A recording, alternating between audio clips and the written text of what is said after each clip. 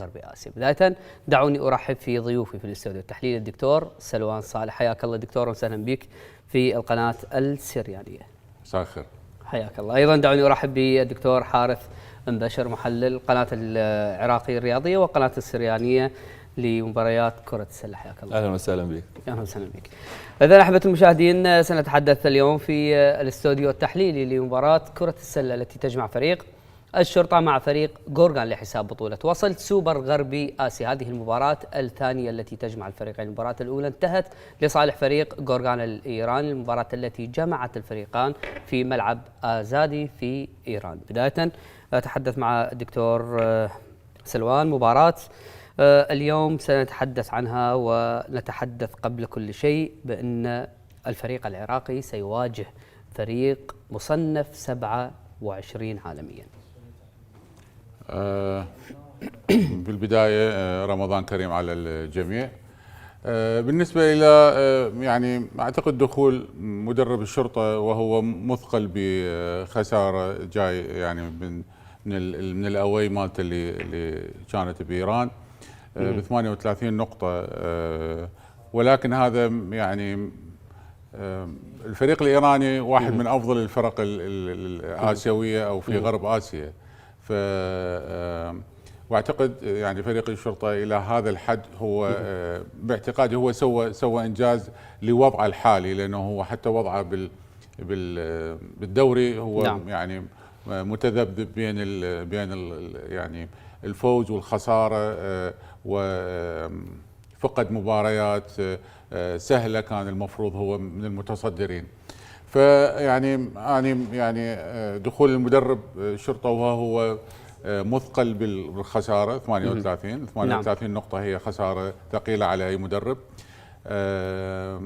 وبصراحه يعني عدم وجود واحد من اعمده الفريق اللي هو حسان عبد الله، هذا راح يثقل من جراح الشرطه. طيب. ولكن خلص هو راح يكون ينافس الى نهايه المباراه. طيب دكتور حارث، تحدثت بداية حديثي على المنتخب الإيراني وتصنيف 27 عالميا. أكيد المنتخب الإيراني وفريق غورغان اليوم يضم لاعبين من هذا المنتخب. اليوم هذا النادي سيواجه فريق الشرطة الذي أكثر لاعبيه هم لاعبين المنتخب الوطني. إذن كمعادلة على الورق بأن الفريقان يعني لاعبين المنتخب هنا ولاعبين المنتخب هناك، لكن الواقع يقول بأن الشرطة اليوم سيواجه فريق صعب جدا متمرس في كرة السلة على الصعيد الآسيوي وغير الآسيوي بالتأكيد. بالطبع مثل ما ذكر دكتور سلوان انه نادي الشرطه مدى يمر بافضل حالاته. اذا تكلمنا عن اللاعبين هم من خيره لاعبين المنتخب، وممكن يكونون بالخمسه الاساسيه الفيرست فايف بالمنتخب يعني، ومن لاعبين يعني ذو جوده عاليه. لكن اكو مشكله فوارق بين المحترفين. المحترف الايراني اللي هو ويل تشايري صنع فارق الى فريقه في المباراه الاولى، عكس المحترفين في نادي الشرطه لم يوفقوا، لم يكونوا بالموعد. هناك اكو فرق بين اسلوب السله الايرانيه والسله العراقيه، احنا شويه متاخرين عنها. اسلوب وفرق.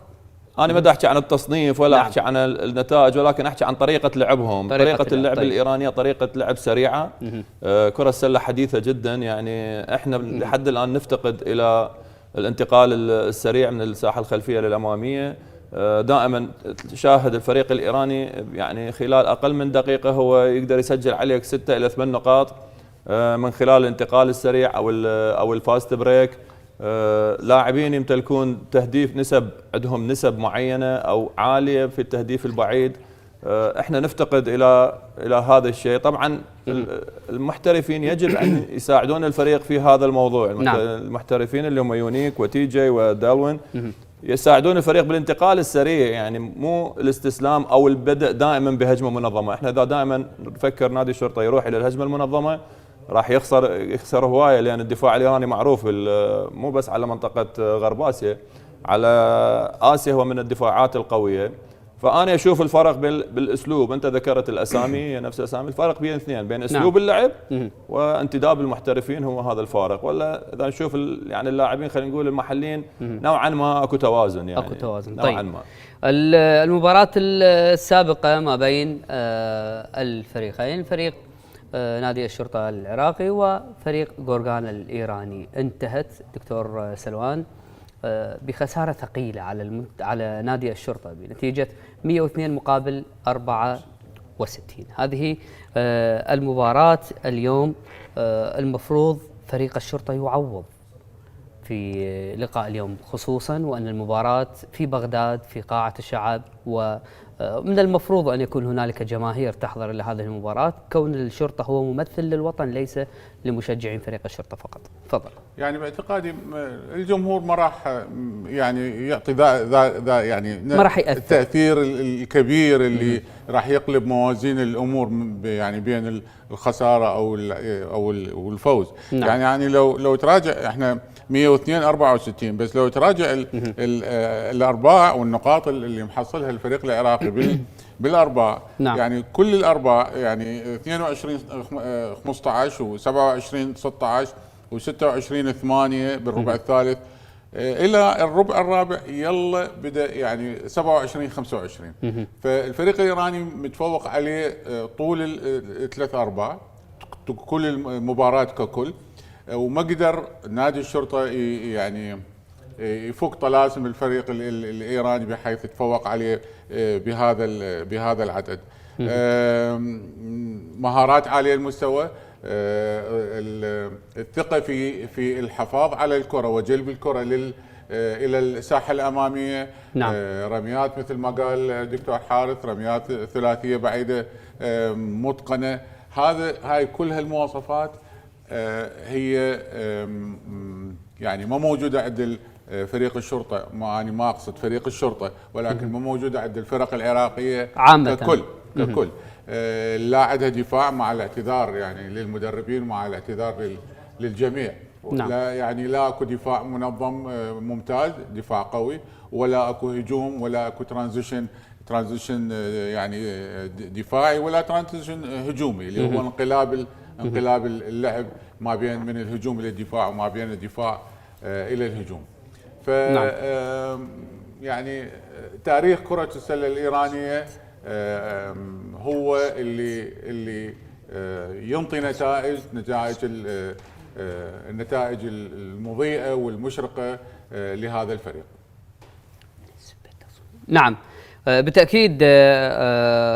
نتحدث على نسبة التصويت للمقارنة ما بين فريق الشرطة دكتور حارث وبين فريق غورغان الإيراني.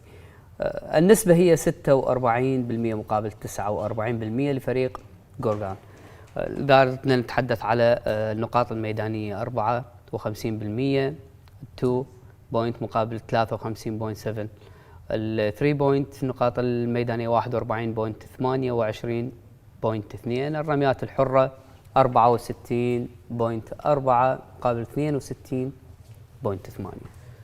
مقارنة يعني هسه على الارقام فقط عندنا ال 3 بوينت الثلاث نقاط هو فارق كبير بيننا وبينهم، هم نسبتهم عاليه بالمناسبه، عالية واحنا جداً. نعرف كل زين انه النسبه العالميه هي تتراوح بين 33 الى 35%. نعم. هم واصلين الى 41%، احنا في ادنى مستوى ومستوى ال 20%. الرميات الحره متقاربه، ال 2 بوينت متقارب، ولكن اكو فارق عندنا 46 و41. وين؟ 46. شنو هي 46؟ الثلاث نقاط ما مسجله قدامي 3 بوينت. اي 46. اذا رحنا طيب. المتابعه، الفريق الايراني 45 ريباوند عامل متابعه، الفريق العراقي فقط 34 متابعه، 16 منها اوفنس للفريق الايراني، يعني عنده سكند شانس، حصل على سكند شانس 16 مره. نعم. ومثل ما نعرف انه انت في ملعبه وتعطيه سكند شانس، يعني اكيد راح يكون بوضع افضل من عندك، راح يسجل نقاط. احنا اليوم لازم نستغل عامل الارض، انه ممكن انه السفر، عامل السفر، عامل الارض، انه نحاول نضغط عليهم في بدايه المباراه. من وجهه نظري انه نقلص هاي الفجوه اللي صارت بالربع الاول والربع الثاني. طيب. وبعد ذلك نكون بالربع الثالث والرابع يعني راي اخر بعد ما نشوف المباراه يعني. طيب دكتور سلوان، حسب الموقع الرسمي للاتحاد سوبر غرب آسيا بالتأكيد، وهذه البطولة الإحصائية الرسمية هي 41 ل3 بوينتس، 41.8 مقابل 30.2. هذه الإحصائية هي الرسمية اللي شاهدناها قبل قليل، يعني مو 46 المشاركات. ال 3 بوينت، ال 3 بوينت اي 3 بوينت 41 فعلا هي يعني كانت احسب على ال 3 بوينت للمباراة السابقة. هي المباراة السابقة المقارنة ما بين الفريقين هي 41.8 لغورغان الإيراني مقابل 30.2 للشرطة. يعني ما تفرق مثل ما قال الدكتور. نعم. انه هي اعلى من المستوى الطبيعي، أعلى من يعني المستوى أعلى الطبيعي. من المستوى الطبيعي اللي موجود في الام بي اي، وموجود في الامريكان كولجز، والموجود حتى في اليوروبيان ليج. نعم. فيعني هذا يتجاوز، هو يعني ما يتجاوز ال 35، لانه جميع الفرق ليس من السهوله انه تخلي احد يشوت ال 3 بوينت، لانه اصبحت ال 3 بوينت فد عامل محبط للفريق الاخر. يعني من يصير عندك 3 بوينت الدفاع يعني يكون يائس في وتتكرر عليك، يائس في الدفاع، يائس في السيطره. بعدين اللحاق بالنقطتين هو افضل من اللحاق بال3 بوينت. فدائما يعني قسم من المدربين الامريكان انه يعني يقولون انه خلي ادفع الفريق انه يسجل نقطتين افضل من ما يسجل الكثير من النقاط البعيده، يعني البعيده الفريق. اي لانه راح يتسع الفارق. نعم. وما راح تصير سيطره عليه صعبه بالريكفري، يعني بالرجوع الى المباراه. تمام. خلينا نشاهد المجموعه اي والتي يتصدرها فريق غورغان الإيراني. مجموعة أي بصدارة غورغان الإيراني، الوحيد في مجموعة غرب آسيا الذي لم يخسر لقاء لغاية الآن. دكتور حارث، الصور نادي الرياضي هم ما عنده خسارة بالمجموعة الثانية. إذا تحكي على هذا الموسم، نعم، عندك هذا الفريق غورغان ما خسر حتى من لعب ضد نادي الحكمة في أرضه في قاعة غزير في لبنان، انتصر عليه بفارق 20 نقطة. عليه صحيح. ومبارياته كانت مع الأهلي ونادي النفط نوعا ما سهلة. ففريق جدا قوي يمتاز بلاعبين محليين أقوياء، يعني أرسلان كاظمي ومبين شيخي واللاعب المحترف الويلشيري نافيد روفار ونافيد رازفيور، وعندك أمير علي جولزادة. صحيح، لاعبين اسماء مهمه. تشيري عندك من المحترفين الكبار، وعندك نورفل مجنس المنتخب اللبناني اللي شاهدناه في النافذه الاخيره. هم يعني فريق صعب جدا، يعني اتصور حتى على الفرق اللبنانيه راح يكون صعب جدا، حتى على الفريق الرياضي. ممكن الفريق الوحيد اللي ينافسه من وجهه نظري هو الرياضي يعني. دائما الفرق الإيرانية تكون يعني حاضرة بفرق قوية مدعميها بمحترفين من الطراز الأول. احنا يجب علينا إذا ما نفكر بالمشاركات الخارجية يجب انتداب لاعبين من ليفل عالي كمحترفين، ولاعبين كذلك من المحليين من الليفل العالي يعني. هسه احنا في نادي الشرطة تحدثت انت حضرتك قلت انه وجود 4 لاعبين منتخب هذا الشيء جيد، ولكن يجب انتداب 3 لاعبين محترفين من الطراز الأول وإمكانيات عالية على مود يساعد الفريق وتدفع الفريق للأمام بالمشاركات الخارجية. طيب دكتور سلوان، اليوم نتحدث على فريق يمتلك محترف على أعلى مستوى، ويلتشيري لاعب جارد، وأيضا نتحدث على نورفيل بيل لاعب سنتر وهو مجنس منتخب لبنان أيضا. قد يكون غير موجود في القائمة، وما أعرف إذا ما حضر وياهم. ما حضر وياهم. طيب الفريق الإيراني فريق متكامل من جميع النواحي ومراكزه، حتى على مستوى المحليين يمتلك لاعبين في المنتخب الإيراني، يعني مثل ما تحدث قبل قليل الدكتور حارث، إذا كان على رسلان كاظمي ثاني أفضل لاعب يمتلك متابعات الريباوند على مستوى البطولة، وأيضا نافيد روفار ومبين شيخي وأمير علي جولزادة. اسماء إحنا مهمه يعني جدا، إحنا حتى دائماً دكه الاحتياط هي اسماء يعني اقل نسبه عندهم 30 أكيد. تسجيلات. اكيد، يعني دائما ارجع للارقام واقدر اترجم الارقام. يعني نعم. المحترفين العراقيين يعني اللي يلعبون بنادي الامريكان اللي يلعبون بنادي الشرطه مجموعهم محصلين 34 نقطه في المباراه السابقه. طيب. امام محترف واحد محصل 30 نقطه.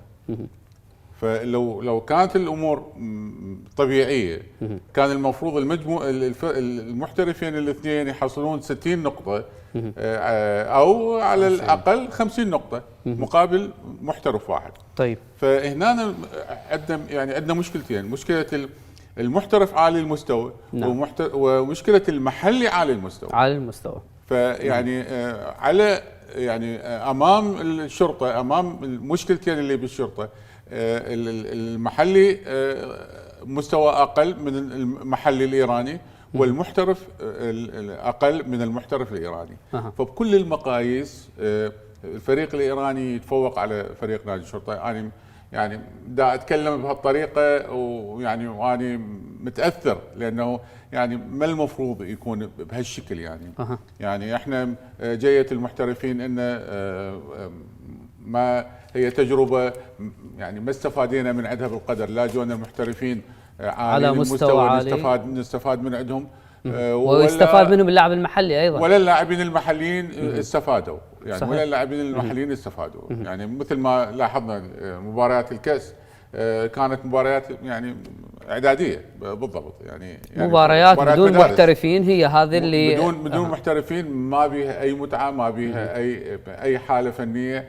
وهذا يعني هاي نقطه تؤشر على مدربين الانديه وعلى الانديه بصراحه. بالتأكيد. خليني أتحدث بصورة سريعة جدا عن فريق الشرطة اليوم. فريق الشرطة يحاول جدا اليوم الفوز في هذه المباراة على فريق الجورغان. أيضا بحسب صفحة الإعلامي والمعلق رضوان فيصل، يعني الشرطة يتعاقد مع جورمان براون محترف نادي الوحدة السابق. هو ما راح يقدر يشارك بهذه المباراة يعني. هو راح يقدر يشارك بالدوري يعني بالفاينل 8 والفاينل 4 يعني. ما اعتقد المحترف هذا راح يقدر يدخل. اتصور اسمه ما موجود، فما عاد ما اعرف اذا لحقوا يسجلوه او ما لحقوا يسجلوه. بس اكو معلومه ذكرتها غلط، انه الرياضي يوم امس خسر مع نادي الحكم. خسر معنا. فجورغان هو جورغان الفريق الوحيد اللي لم يخسر في الاياب. صحيح الرياضي البارحه خسر بالاوفر تايم 106 109. فتبقى الافضليه لجورغان الفريق الوحيد اللي لم يخسر. نادي الشرطه يعني هسه معلومتي صحيحه؟ معلومتك صحيحه بس احنا نتحارش بيك نوبات. على نادي الشرطه ان يجتهد اليوم ويعني يثبت نفسه امام جماهيره ويدفعها للمباراه الثالثه. هي كشيء جيد لسمعته ولسمعه الرياضه العراقيه. نعم. دكتور سلوان، خليني اتحدث على مستوى المحليين. نتحدث على فريق الشرطه. حسان علي سيكون غائبا اليوم، لكن موجود علي مؤيد، حسين هادي، محمد صلاح كلاعبين منتخب مع فريق الشرطة. هذه الأسماء وحدها يعني 3 لاعبين اليوم كأنه المنتخب سيشارك أمام فريق جورغان الإيراني. فاليوم مطالب بالفوز عندما تتحدث عن هذه الأسماء وتذكر النتيجة السابقة في هذه السلسلة، سلسلة النصف نهائي. ستجد أن هنالك فوارق كبيرة جدا. يعني هو كل لاعب من الفريق عنده واجباته وعنده ما يتميز به يعني. لا علي مؤيد هو نسبته عاليه بالشوت، ممكن يكون علي مؤيد ممكن يكون قاطع، ممكن يكون ريباوندر، ممكن يعني هوايه اشياء يسويها علي مؤيد. بس الشوت مالته يعني يحاول بين وقت واخر. وما عندنا تفوق حتى بالاجسام يعني. اجسامنا اجسام مغزليه ضعيفه امام اجسام مبنيه يعني اذا تريد تتحدث عن المحليين بالنسبه لي الفريقين على المحليين بالجهه الاخرى عندك سالار مونجي، وعندك رسلان كاظم، نافيد روفار، ومحمد فايدي. يعني هذه القامه يعني الجسمانيه هو هذا الحديث. يعني نشوف طريقه يعني البناء العضلي الموجود اللي يفرق عن بنائنا العضلي. الاهتمام الشخصي الذاتي للاعب، وهذا ما اكدنا عليه صار لنا سنوات، انه يجب على اللاعب انه يتمرن ذاتيا فرديا انديفيدوال لسنوات طويله على مود يحصل مكانه في هذه اللعبه الجميله. طيب دكتور حارث، محترفي شرطة مستوى ليس بالقوي ما عدا ماكلين بعض الشيء، هذا المحترف يقدم ما مطلوب منه، لكن هنالك في بعض المباريات نشاهد هنالك أخطاء قد تكون هي كارثية بالنسبة لهذا اللاعب بخسارة فريقه أو تراجع فريقه في إحدى الكوارترات الأربعة. لا هو يعني ظهر بهذه المباراة السابقة جيد، ولكنه مدى ينطي مستوى ثابت. هو لعب ضد أهلي حلب نعم. مباراة ممتازة، لكن بعدين في الدوري هذا اللي المحلي يتحدث عنه في بعض أدى مباراة سيئة ورجع ويا جورجان. يعني هو لازم اكو لاعب كان يلعب في مباراة الذهاب بطريقة جيدة، لازم يحاول. ولكن ارجع اقول لك احنا اسلوبنا التقليدي والكلاسيكي البطيء بالانتقال، وديجون محترفين في بعض الاحيان كبار بالعمر او يميلون الى اللعب بالاسلوب الفردي، فيميل الى اللعب البطيء. هذا مدى يساعدنا انه نكون بسلة حديثة سريعة مثل السلة اللبنانية والسلة الإيرانية، اللي احنا ضمن زون غرب آسيا اللي هو أقوى زون بقارة آسيا. فيجب علينا أن مثل ما ذكر دكتور سلوان، احنا كلاعبين لا نعتمد فقط على المدرب من يجي الدوري بشهر 9، لازم هو عنده 3 أشهر 4 أشهر يبدي يعد نفسه بدنيا وذهنيا لهكذا بطولات. في بعض الأحيان احنا نقول المباريات المحلية ما تكون بقوة المباريات الدولية. المباريات الدولية يراد لها يعني ممكن اللاعب المحلي بالدوري يلعب 40 دقيقة عادي بس، لكن ما يستطيع أن يلعب 30 دقيقة في بطولة مثل غرب آسيا ضد فريق إيراني، يعني ما راح تسعفه لا قوته البدنية ولا لياقته يعني. طيب دكتور سلوان، إذا نريد نتحدث على مشاركة فريق الشرطة وفريق النفط في هذه البطولة، خلينا نتحدث تحديدا عن فريق الشرطة ووصوله إلى النصف نهائي. حاله كحال الفرق التي وصلت إلى النصف نهائي، إذا أردنا نتحدث على جورجان أو الرياض أو الحكمة، رغم الأسماء اللي موجودة لديهم لكنهم تعاقدوا أيضا مع لاعبين وصلت سقف التعاقد إلى 40,000 دولار بالنسبة للاعب الواحد للمحليين. فريق الشرطة كيف يفكر؟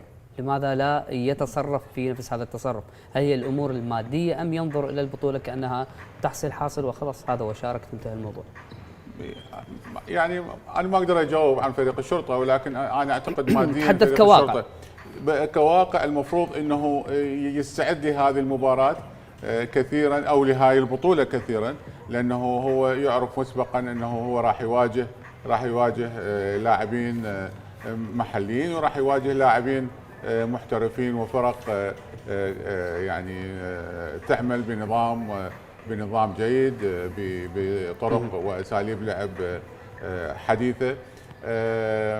يعني ما اعرف، ما اقدر اجاوب. المفروض كانوا ممكن يقدرون يجيبون مباريات يعني محترفين لهاي البطوله فقط بدون الزج بيهم بالدوري. تعاقدوا مع محليين وصلت العقود مالتهم الى 40,000 مع محليين، فما بالك ويا المحترفين. يعني انا اتحدث يعني على فريق الشرطه. المحلي ما تقدر تتعاقد وياه فقط بالبطوله، ولا الاجنبي تسجل هنا وهنا تقدر تستفاد منه بالطرفين. يعني انت اوكي. نعم. طيب تحدث اليوم اذا ما اراد فريق الشرطه كسب رهان الشوط الاول الكوارتر الاول والثاني، دكتور حارث ماذا عليه ان يفعل باختصار جدا؟ انا وجهه نظر اليوم انه السرعه، الانتقال السريع، واليوم خلينا نلعب عكس مباراه ايران، خلينا شويه نعطيهم الرميه البعيده لان هذا مو ملعبهم. نعم. هم هناك كانوا على ارضهم كانت نسبتهم جدا عاليه، انا اتوقع اليوم انه تكون نسبتهم ضعيفه. خلي نحافظ على منطقه الزون، على المتابعه الدفاعيه. نعم. اللي اللي فقدناها كثير بالمباراه الاولى، فاشوف انه نكون كدفاع مغلق. نعم. كلوز احسن ما نفتح باستثناء اللاعب الامريكي ويل. توقعك؟ جورجان بالشوط الاول. طيب دكتور سلوان، توقعك سريع جدا. اكيد الشوط الاول يروح للفريق الايراني. يروح للفريق الايراني. اذا سادتي الكرام بالتاكيد نذهب مباشره الى قاعه الشعب للالعاب الرياضيه ولقاء فريق الشرطه العراقي مع فريق غورغان الإيراني بصوت الزميل العزيز جهاد العزاوي. جهاد، الدكتور سلوان والدكتور حارث مالت الكفة إلى غورغان، فماذا ستتوقع أنت؟ لك الصوت والكلمة. للزميل عهد فالح. بسم الله الرحمن الرحيم. سيداتي آنساتي سادتي، أسعد الله أوقاتكم بكل الخير أينما كنتم، وهذا النقل المباشر عبر قناة العراقية السريالية، ولقاء الذي يجمع ممثل العراق فريق الشرطة أمام فريق غورغان الإيراني. وهنا أول سلة لفريق الشرطة الذي يلعب في الزي الأبيض الموشح بالأخضر على يسار الشاشة، أمام فريق غورغان الذي يلعب في الزي الحبري. مباراة قوية لكلا الفريقين، لا سيما فريق الشرطة الذي يسعى لتعويض المباراة السابقة التي خسرها أمام فريق غورغان هناك في إيران. إذا البوزيشن عند فريق الشرطة عند ماكلين، محاولة الجامب شوت والتصويب، ولكن أقرب الكرة عند اللاعب فريق غورغان ويل شريد. تعود مرة ثانية من جانب لاعب فريق الشرطة علي مؤيد شرطة إلى حسان علي عبد الله، عاد من إصابة إلى ماكلين الشرطة، تمرير إلى حسين هادي، ولكن يخسر الكرة. تمريرة خاطئة من حسين هادي، بالتالي ترنوفر على فريق الشرطة يدخل بتشكيلة أساسية تضم حسين هادي وحسان علي عبد الله وعلي مؤيد وماكلين، وأيضا عندنا جراهام. من هذا المحترف لينضم إلى فريق غورغان، محاولة على الثري بوينت يحاول، وبالتالي الكرة إلى الخارج. فريق غورغان محمد سينا وحيدي، وأيضا ويل شيري، وكذلك اللاعب سالار منجي، فضلا عن أرسلان كاظمي واللاعب أمير علي. هم محاولة التمرير من تحت السلة، محاولة تصويب جانب اللاعب سالار منجي، ولكن أقرب من جانب فريق الشرطة. فاس بريك السريع، محاولة حسان علي عبد الله يموه ويصوب، ولكن أقرب إلى أرسلان كاظمي. تعود محمد سينا وحيدي يحاول الدخول والتصويبه بالفينجر تيب، محاولة مرة ثانية يحاول ويصوب، ممتاز جدا. لاعب سالار منجي يسجل. إذا التعادل الآن 2-2 بجانب فريقين. محاولة عن طريق ماكلين يحاول شرطة، ماكلين تمرير، ولكن فاست بريك هنا، وأيضا ترنوفر على الشرطة وعلى فريق غورغان. حسان علي عبد الله على 3 بوينت يحاول، ولكن الكرة تعود مرة ثانية من جانب فريق غورغان. التمرير إلى محمد سينا وحيدي غورغان، التمرير محاولة عن طريق اللاعب سالار منجي إلى اللاعب وحيدي، ممتاز الستيل، وهناك خطأ بيرسونال فاول على لاعب ديلوان جراهام. هذا وحيدي الواضح أمامنا بالصورة، محمد سينا وحيدي، ذكر طاقم مؤلف من سيد ثابت فادي. هنا محاولة والدخول في الباك بورد، يسجل اللاعب محمد سينا وحيدي لاعب فريق غورغان. طاقم تحكيمي مؤلف من ثابت فادي من لبنان، ومحمد حسن من البحرين، وعصام السيابي من اليمن. هنا محاولة من جانب فريق الشرطة، علي مؤيد يحاول، ولكن أقرب من جانب لاعب فريق غورغان اللاعب سالار منجي. هنا محاولة من تحت السلة وممكن التصويبة، ولكن نلاحظ الصراع، وهنا خطأ على لاعب فريق الشرطة، وبالتالي يبقى الحيازة لصالح فريق غورغان. هذا سالار منجي وهذا اليمني حكم الدولي. غورغان في البيس لاين إلى ويل شيري محترف الجديد. محاولة هنا خطأ على اللاعب ديلوان جراهام، هذا الواضح أمامنا بالصورة، محترف فريق الشرطة ديلوان جراهام. كرة في السايد لاين عند فريق غورغان، لا زالت الحيازة عند هذا الفريق. 4-2 تقدم. هنا تميرة، محاولة على الكيك اوت على الكورنر، ممكن تصويب الثلاثية، ولكن أقرب إلى حسين هادي، ممتاز في الريباوند عود البوزيشن مره ثانيه لصالح فريق الشرطه. علي مويد يحاول الى جراهام، يحاول يصوب ويسجل. ممتاز اللاعب جراهام، سجل 2 بوينت وياخذ الاند 1، ياخذ خطا ورميه حره اضافيه. 4-4 الان التعادل.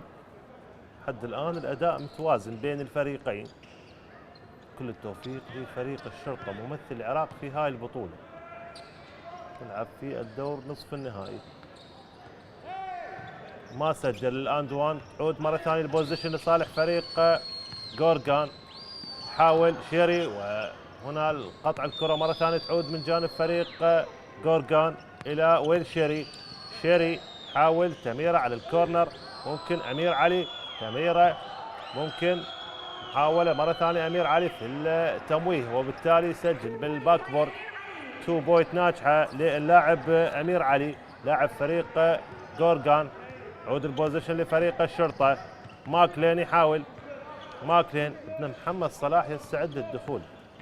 ماكلين تمير الى حسان علي عبد الله العائد من اصابه الى جراهام. جراهام تميره الى ماكلين في الباك بورد، يسجل بشكل سهل جدا. ممتاز التميره، بالتالي يعود التعادل 6-6.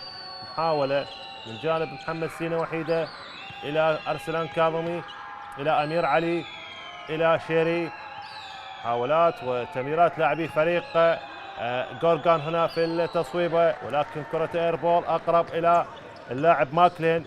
فاست بريك السريع من جانب فريق الشرطه، والميدل شوت يسجل.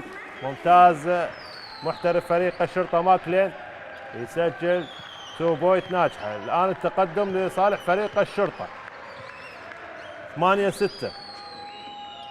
تميره الى شيري على الكورنر، ممكن على الارك، على الثري بوينت يحاول يصوب، واقرب مره ثانيه. عود في السكند شانس من جانب فريق جورجان. كاظمي، شيري على الارك يصوب، ولكن ممتاز في ريباوند علي مؤيد. عود من جانب فريق الشرطه، افضل فريق الشرطه من الجانب الدفاعي. خلينا نشوف.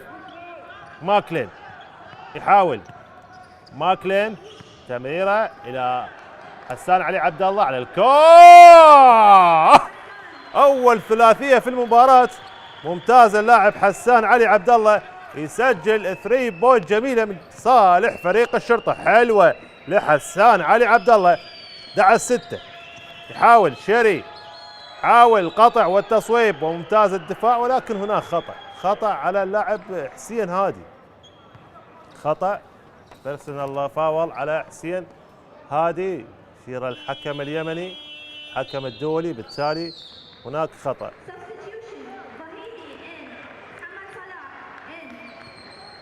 محمد صلاح يشترك الان، هذا الواضح امامنا بالصوره، لاعب منتخبنا الوطني محمد صلاح. شوف التغيير والتصويب الثلاثيه الناجحه للاعب حسان علي عبد الله. والشيري ياخذ 2 شوت، يحاول بالثانيه، سجل الاولى، بالثانيه ما سجلها. يعود البوزيشن لصالح فريق الشرطه. حسان علي عبد الله، حسان علي عبد الله حاول وستيل من قبل لاعب محمد سينا وحيدي، ويسجل 2 بوينت سهله جدا. ترنوفر كان على الشرطه، بالتالي يسجل لاعب فريق جورجان، وهنا ايضا خطا في التمرير، بالتالي محاوله على الثري بوينت من قبل اللاعب ويلشيري. ايضا حسان علي عبد الله في المرتين خطا. خلينا نشوف المره الثالثه ايضا هناك قطع وترنوفر على فريق الشرطه. هنا تميره، حاول شيري، سجل بشكل سهل جدا. اخطاء الشرطه عليه ان ينتبه، يعني كان الفارق 5 نقاط، عاد التعادل. تمرير، هناك الكرة إلى الخارج. خلينا نشوف قرار الحكم، بالتالي تبقى الحيازة لصالح فريق الشرطة. ماكلين إلى علي مؤيد، علي مؤيد، علي يحاول، شوف يجبرون فريق الشرطة على اللعب الأوتسايد. حسين يحاول في الميدل شوت، ما يسجلها. تعود مرة ثانية، شوف الفاست بريك والانتقال من جانب الدفاعي الى الهجوم من جانب فريق جورجان. دخول لاعب محمد يوسف، محاولة من شيري والتمرير إلى اللاعب محمد سينا، حاول تمويه مرة ثانية يصوب وأقرب إلى اللاعب حسين هادي، وهناك خطأ. شوف توجيهات مدرب فريق جورجان مصطفى هاشمي، بالتالي محمد سينا وحيدي ياخذ خطأ 2 شوت. يعني الفارق 5 لصالح فريق الشرطة، والآن الادفانتج لفريق جورجان، ممكن التقدم الآن. عليه أن ينتبه مدرب فريق الشرطة غسان سركيس. باقي دقيقتين و33 ثانية على نهاية الكوارتر الأول، وهنا عاد فريق جورجان للتقدم. الادفانتج أصبح لفريق جورجان 12-11. يسجل الثانية محمد سينا وحيدي، يعود البوزيشن لصالح فريق الشرطة. حسين هادي، حسين تمرير إلى ماكلين حاول القطع والتمرير إلى علي مؤيد على الآرك على 3 بوينت، ولكن كرته أقرب لصالح فريق جورجان. هنا شوف الفاست بريك السريع، محاولة على الآرك 3 بوينت تسجل ناجحة للاعب محمد سينا وحيدة. شوف ما سجل الشرطة ال 3 بوينت، والانتقال السريع والفاست بريك سجلها فريق جورجان. الآن التقدم 16-11، الأفضلية صارت واضحة لفريق جورجان. على العموم شرطة ماكلين التمرير إلى علي مؤيد، علي شوف يمنع فريق الشرطة على اللعب في تحت السلة. محمد صلاح، حسان علي عبد الله في الميدل شوت يصوب وما يسجلها، تعود مرة ثانية لصالح فريق جورجان. شيري يحاول والمتابعة وأقرب ممتاز جانب فريق الشرطة، وهناك خطأ سريع جدا. يعني فريق جورجان الانتقال من الدفاع للهجوم عكس فريق الشرطة، بالتالي يشكل خطورة. يعني اما يسجل او مو ياخذ خطأ. اصبحت الاخطاء 5 اخطاء على فريق الشرطة، اي خطأ على فريق الشرطة مباشرة 2 شوت. هذا يأثر على اللاعبين. أرسلان كاظمي يحاول بالأولى ما يسجلها. أرسلان كاظمي ينوع مدرب فريق جورجان. حتى الآن أشرك 3 لاعبين، بينما فريق الشرطة أشرك فقط لاعب واحد محمد صلاح. على العموم الآن اللاعب الثاني الحر ميثم يشترك. الآن تمرير حسين هادي، حسين يحاول، عود إلى علي مؤيد، علي يحاول في الميدل شوت يصوب ويسجل، ممتاز اللاعب علي مؤيد. حسان علي عبد الله غادر، الحر ميثم يشترك. على العموم كاظمي تمرير إلى محمد يوسف، محاولة على الآرك من جانب فريق جورجان، ممتاز اللاعب محمد صلاح. عود البوزيشن لصالح فريق الشرطة. ماكلين شرطة إلى الحر ميثم، الحر إلى حسين هادي، حاول في الميدل شوت يسجل، ممتاز حسين هادي. واضح فريق الشرطة يلعب على هذا النحو، يعني صعب انه يخترق والدخول نحو السلة. محاولة مرة ثانية، ممتاز القراءة من قبل اللاعب الحر ميثم، بالتالي الكرة إلى الخارج. ينوع فريق جورجان في الهجوم، يلعب مرة على الارك، مرة يلعب في تحت السلة. على العموم عود لا زالت عند فريق جورجان. محمد سينا وحيدي تمرير من تحت السلة، محاولة على الارك في الكورنر، اوبن شوت على الثري بوينت، يسجل بشكل سهل جدا اللاعب امير علي الواضح امامنا بالصورة. 3 بوينت ناجحة لهذا اللاعب. شرطة علي مؤيد الى ماكلين، 19-15، اي خطأ على فريق الشرطة مباشرة 2 شوت. محاول على الارك تصويبه، ولكن عود من جانب فريق الشرطة. حسين هادي في الميدل شوت يصوب يسجل للمرة الثانية على التوالي. هذا اللاعب حسين هادي 19-17، محاولة تصويبة أخيرة. وهنا أحبتي مشاهدي العراقية السريانية نهاية الكوارتر الأول بتقدم فريق جورجان الإيراني على فريق الشرطة بنتيجة 19-17. استراحة قصيرة ونعود وإياكم لإكمال أحداث اللقاء.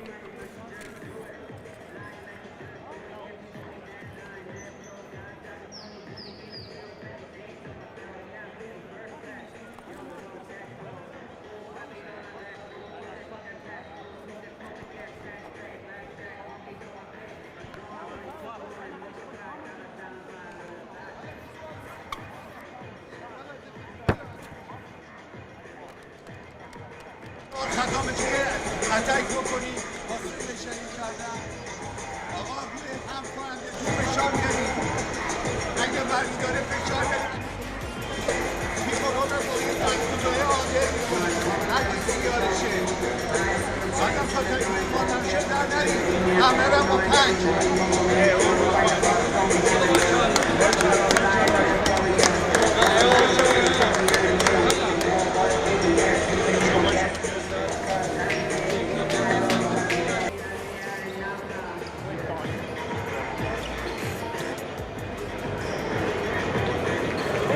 وإياكم أحبتي مشاهدي العراقية السريانية لتكملة أحداث مباراة فريقي الشرطة أمام فريق غورغان. المباراة الثانية التي تلعب هنا على قاعة الشعب الدولية. المباراة الأولى هناك قيمت في العاصمة الإيرانية طهران وانتهت بفوز فريق غورغان بنتيجة 101-67. على العموم البوزيشن وانطلاقة الكوارتر الثاني فريق غورغان محاولة عن طريق محمد يوسف إلى محمد سينا وحيدي في الميدل شوت يسجل أو اللاعب أمير علي واضح أمامنا بالصورة رقم 11.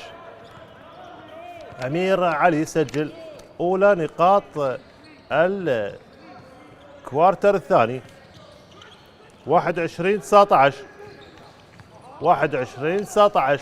الحر ميثم حر يحاول التمرير إلى علي مؤيد محاول على الارك تصويبه ثلاثيه صعبه ولكن جابها ممتاز جدا لاعب علي مؤيد يسجل بطريقه صعبه جدا ويسجل ثلاثيه جميله علي مؤيد. فريق غورغان يجبر الشرطه على اللعب في الاوتسايد. على العموم امير علي امير شوف يحاول يخترق محاوله على الارك ممكن تصويبه ثلاثيه يردها لاعب فريق غورغان ممتاز ثلاثيه جميله من قبل لاعب محمد سينا وحيدي يسجل ثلاثيه ولا اروع. على العموم ماكلين شرطه يحاول الدخول الاختراق والتصويب ولكن هناك خطا لصالح فريق الشرطه. ماكلين ياخذ خطا وياخذ تو شوت هذا الواضح امامنا في الصوره. محترف فريق الشرطه رقم 0 متر و92 سنتيمتر مواليد 1997 فارق 4 نقاط. حاول بالشوت الاول ينجح ماكلين 24 21 فارق الى 3. الثانية ينجح ممتاز 24 22 فارق سلة. يعود البوزيشن من جانب فريق غورغان محمد سينا وحيدي تمرير لاعبي فريق غورغان الى اللاعب ارسلان كاظمي. محمد سينا وحيدي خطا في التمرير بالتالي ترنوفر على فريق غورغان. هنا الانتقال السريع من جانب فريق الشرطه محاوله تمريره من تحت السله ممتازه لمحمد صلاح يسجل ممتاز الاسيست من قبل لاعب ماكلين ويكملها اللاعب محمد صلاح. اولا النقاط الشخصيه لمحمد صلاح. كاظمي محمد يوسف شيري كاظمي تمريره في الارك على الكورنر ممكن محاوله من جانب فريق غورغان وخطا بالتمرير ممتازا. فاست بريك السريع من جانب لاعبي فريق الشرطه عود الى اللاعب علي مؤيد في الباك بورد يسجل ايزي باسكت من قبل هذا اللاعب. بالتالي الان 24 26 تقدم من جانب فريق الشرطه. ممتاز الشرطه شيري اوبن شوت على الثري بوينت الارك حاول واقرب ممتاز ريباوند قبل لاعب حسين هادي. تمرير محاوله على الارك ممكن الثري بوينت ناجحه للاعب ماكلين. وشوف التقدم الان تقدم 29 24 حلوه للشرطه افضل تمرير لاعبي فريق غورغان. محاوله شيري حاول على الارك تصويبه ثلاثيه ما سجلها حاول وهناك خطا على اللاعب حسين هادي. هذه الكره لو ما سجلت وسجلها فريق الشرطه كان شفنا وقت مستقطع. على العموم هذا مصطفى هاشمي راح يطلب وقت مستقطع. خلينا نشوف هل هناك وقت مستقطع. نعم وقت مستقطع يطلبه فريق غورغان الإيراني.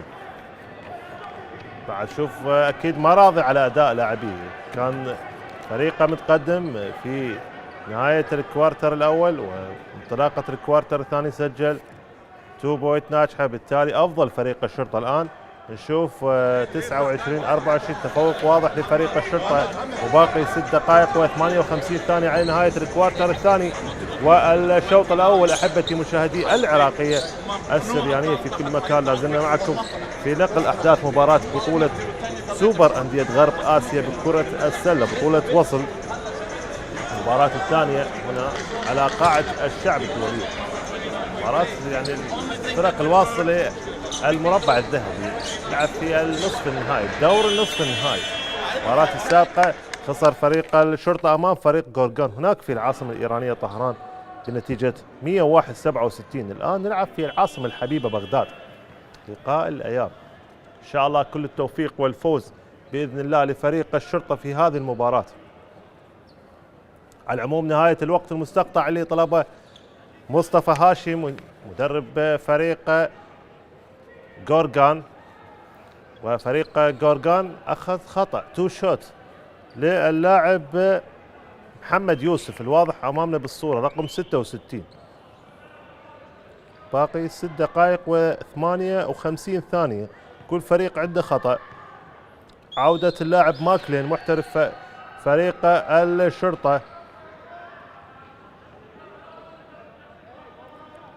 سجل الأولى اللاعب محمد يوسف،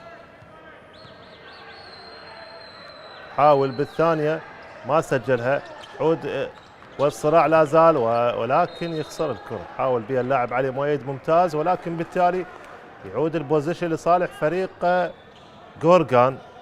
هذا علي مؤيد لاعب منتخبنا الوطني. محمد سينا وحيدي إلى اللاعب ويل شيري إلى كاظمي، محاولة وممتازة مرة ثانية متابعة اللاعب محمد يوسف يسجل 2 بوينت ناجحة لصالح فريق غورغان 29-27.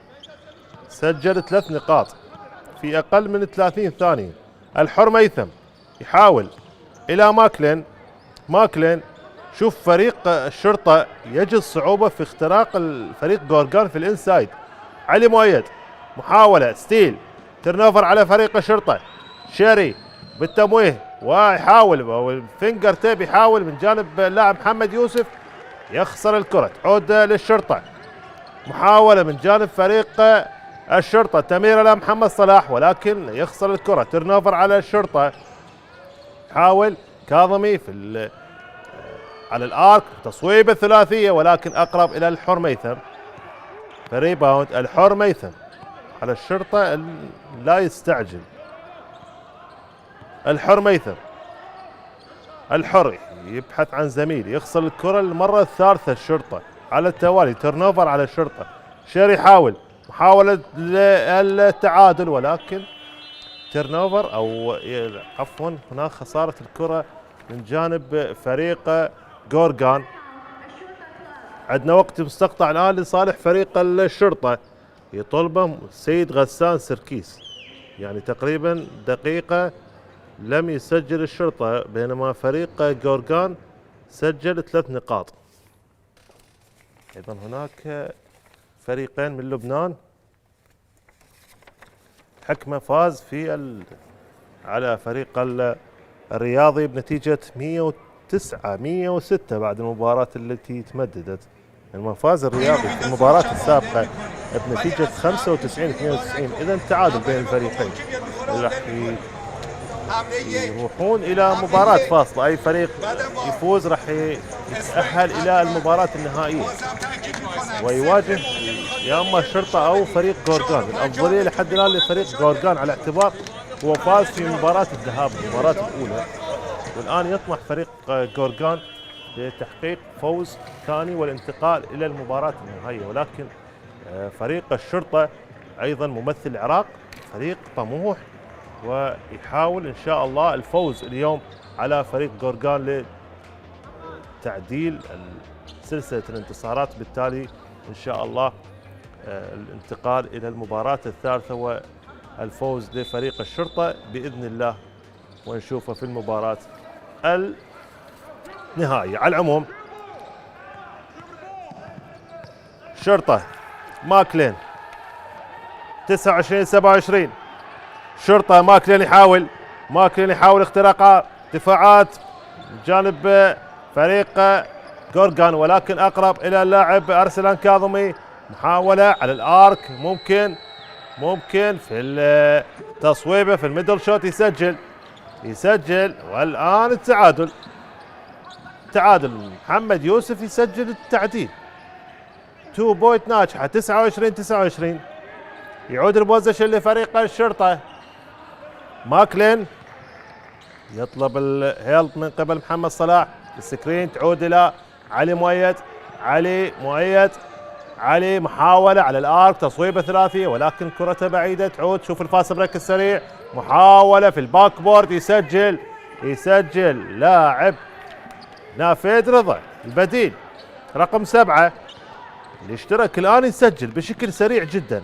الان التقدم صار لصالح فريق غورغان. باقي 4 دقائق و21 ثانية. لا زال فريق الشرطة يعاني في الجانب في الانسايد. محاولة جانب فريق الشرطة، ياخذ خطأ. 2 شوت لصالح فريق الشرطة. هذا ماكلين محترف فريق الشرطة. المحاولة الأخيرة من قبل ماكلين، حاول الاختراق في الانسايد وياخذ خطأ. 2 شوت. 4 دقائق و15 ثانية تفصلنا على نهاية الكوارتر الثاني والشوط الأول. أحبتي متابعي قناة شبكة الإعلام العراقي وقناة السريانية، مباراة تأتيكم بالتعاون مع شركة عشتار للنقل التلفزيوني. ماكلين يسجل الأولى، يحاول بالثانية، ممتاز. ماكلين يسجل الثانية، بالتالي التعادل 31-31. مبين شيخي البديل رقم 5، وأيضا محمد سينا وحيدي، ومحمد سينا يقطع ولكن ما سجلها. عود من جانب لاعب فريق الشرطة. ماكلين يحاول تمرير إلى علي مؤيد، علي إلى ماكلين، محاولة على الارك، تصويب. يا عيني عليك على ماكلين، ممتاز جدا. محترف فريق الشرطة يسجل ثلاثية ولا أروع. عاد الشرطة للتقدم 34-31. نافذ رضا محاولة على الارك، يصوب ويسجل، يردها لاعب نافذ رضا بشكل سريع جدا. 34-34. عاد التعادل، المباراة صارت أحلى. محاولة ماكلين حاول شرطة على الارك، تصويبة صعبة ولكن شوف صراع على محمد صلاح، ولكن أرسلان محاولة على الارك، تصويبة ثلاثية يسجلها محمد سينا وحيدي او اللاعب مبين شيخي. هذا الواضح امامنا بالصورة، اللاعب البديل يسجل ثلاثية 37-34. هذه دقائق الثلاثيات من جانب الفريقين. خلينا نشوف حسان علي عبد الله. حسان عاد مرة ثانية، محاولة على الارك، تصويبة ثلاثية، ممتاز جدا لاعب حسان علي عبد الله يسجل ثلاثية. صارت 37-37. حلوة الفريقين وحلوة للشرطة. العودة نافذ رضا يحاول قطع، يسجل، ممتاز. يقطع بشكل سهل جدا ويسجل في الباك بورد، بالتالي 39-37. عاد غورغان للتقدم. ديلوان جراهام، ما شفنا هذا اللاعب جراهام، هناك خطأ، بيرسونال فاول على نافيد رضا. هذا مصطفى هاشمي. دقيقتين و6 ثواني على نهاية الشوط الأول. محمد صلاح يغادر وحسين هادي يشترك الآن. شنو اللي يفكر غسان سركيس في الدقائق الآن؟ حسان علي عبد الله، حسان إلى جراهام يحاول تميره، حسين هادي، حسين علي مؤيد الارك، تصويبه ثلاثيه، اقرب، ممتاز. لاعب جراهام والصراع على الكرة، تميرة إلى حسان علي عبد الله في الكورنر، يصوب. يا عيني يا عيني على حسان علي عبد الله. حسان ممتاز جدا، يسجل ثلاثية ولا أروع، بالتالي 40-39. محاولة ممكن ثلاثية يسجلها محمد سينا وحيدي، يردها. دقائق الثلاثيات 42-40، باقي دقيقة وأقل من 25 ثانية على نهاية الشوط الأول. ماكلين شرطة علي مؤيد ستيل، وبالتالي يخسر الكرة. حاول سلامات لعلي مؤيد، هناك قطع للكرة ولكن تبقى الحيازة لصالح فريق الشرطة. شوف اللقطة الأخيرة، هناك حديث لاعب علي مؤيد والتدخل من قبل أرسلان كاظمي لاعب فريق جورجان.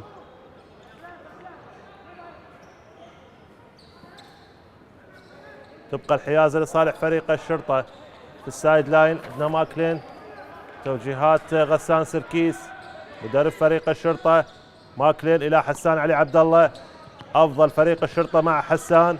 حسان شوف لاعبين على حسان، محاول على الارك، تصويبه ثلاثيه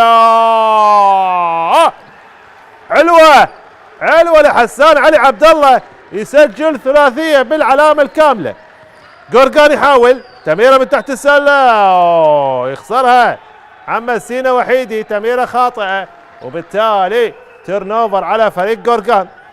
فرصه للشرطه الان لتوسيع الفارق. تميره حسان علي عبد الله، حسان إلى حسين علي مؤيد. جراهام يحاول تصويبه ولكن هناك ياخذ خطأ. ممتاز لاعب جراهام ياخذ خطأ، بالتالي تو شوت 43-42 تفوق للشرطة. حلوة لجراهام باللقطة الأخيرة، ياخذ خطأ. دخل فريق جورجان بالأخطاء الخمسة، شروع بالأخطاء الخمسة. أي خطأ على فريق جورجان مباشرة تو شوت. حديث مع الحكم الدولي حسام السيابي، هذا الواضح أمامنا بالصورة، والحديث مع غسان سركيس، بالتالي نبه غسان أي حديث مع الحكم مباشرة تكنيكال فاول. حاليا ينتبه غسان سركيس، فريقه متقدم، فريق الشرطة الآن أفضل وعدة تو شوت. باقي 48 ثانية، حاول جراهام بالأولى ما سجل. جراهام حاول بالثانية،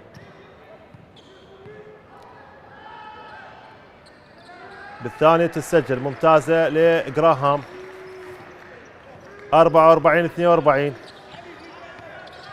نافذ رضا إلى مبين شيخي، رضا مرة ثانية، تمريرة، محاولة على الارك، ممكن ثلاثية ولكن اقرب. ممتاز ريباوند ولا اروع من قبل اللاعب حسين هادي. محاولة التمرير الى حسان علي عبد الله، حسان، وبالتالي خلينا نشوف تيرن اوفر على الشرطة.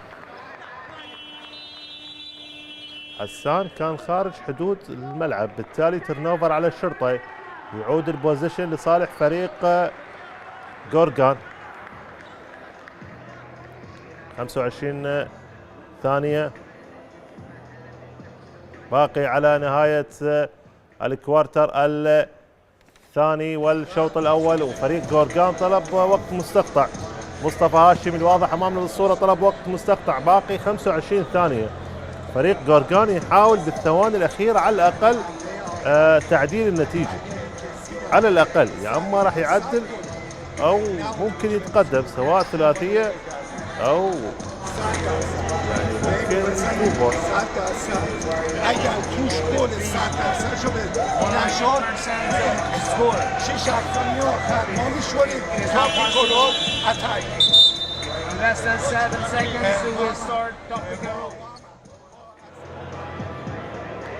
استغل خطأ أو قطع للكرة، أو بالتالي على الأقل يوقف هجوم فريق جورجان ويختم الشوط الأول بتقدم الشرطة. على العموم باقي 25 ثانية تفصل على نهاية الكوارتر الثاني والشوط الأول أحبتي مشاهدي شبكة الإعلام العراقي قنوات السريانية. وخلينا نشوف عودة اللاعبين إلى أرض الملعب.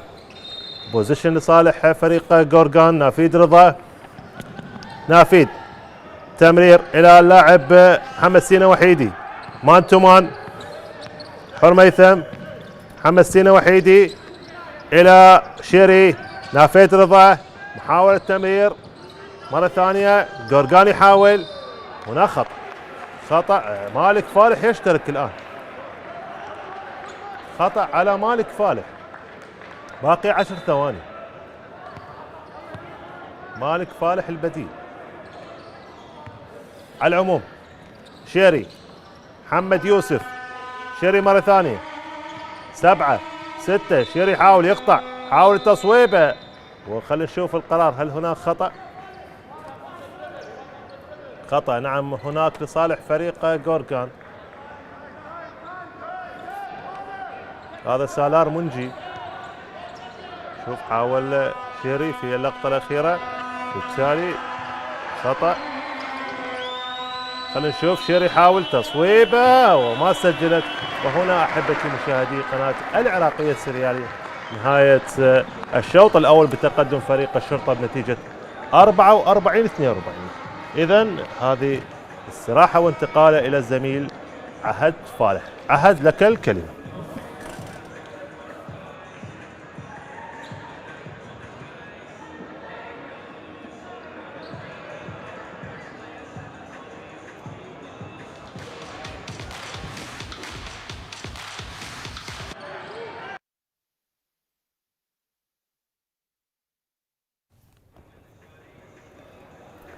إذن أحداث النصف الأول تنتهي لصالح فريق نادي الشرطة مقابل فريق نادي جورجان الإيراني بنتيجة 44 نقطة لفريق الشرطة مقابل 42 نقطة لفريق نادي جورجان الإيراني. شكرا لك جهاد، بالتأكيد معلقا لأحداث النصف الأول. وأعود بالحديث إلى ضيوفي في الاستوديو التحليلي. دكتور سلوان، لا أقول أتت الرياح بما لا تشتهي السفن، لكن عكس توقعاتكم. توقعتم الشوط الأول سينتهي لصالح جورجان الإيراني مقابل فريق الشرطة، لكن التوقعات ذهبت إلى فريق الشرطة بإنهاء الكوارتر الشوط الأول لصالحه ب 44 نقطة مقابل 42 نقطة. يعني أنا أتمنى المباراة تبقى بهالشكل هذا على مود الشرطة اللي قدمه خلال الشوط الأول الربع الأول والربع الثاني. نعم. يتكرر. نعم. ويبني عليه يعني هذا الفوز أو هذا الفارق، ولا هو فارق يعني في كرة السلة نقطتين أو حتى إذا 10 نقاط هو فارق قليل. هو كاد أن يكون تعادل بالخطأ اللي تسبب به محمد صلاح بالثانية 25. مشكلة الفريق نادي الشرطة أنه ماكو تدوير كرة لصنع فرصة. يعني هو احنا سواء كان ضد دفاعات الزون او ضد دفاعات المان تو مان، احنا لازم ندور كرة، لان هم ليش منطينا 24 ثانية. 24 ثانية هي لتدوير الكرة بين الخمس لاعبين لاحداث فرصة نسبتها عالية بالتهديف. نعم. فمو من الطبيعي انه هذا هو دا يصير يعني على كل الفرق العراقية، انه يجي لاعب المحترف او اللاعب البلاي ميكر يجي يحتفظ له ما لا يقل عن يعني من 8 ثواني الى 12 ثانيه، هو محتفظ بالكره وما يحاول يعني يوجه الدفاع يمين او يسار او يدور الكره بحيث يخلق له فرصه. والثواني دا تروح وبالنهايه اما دا نستعجل في الرمي. نعم. وصارت مرتين، ولكن جتي من عندها 3 نقاط. المهم انه جتي 3 نقاط. تمام.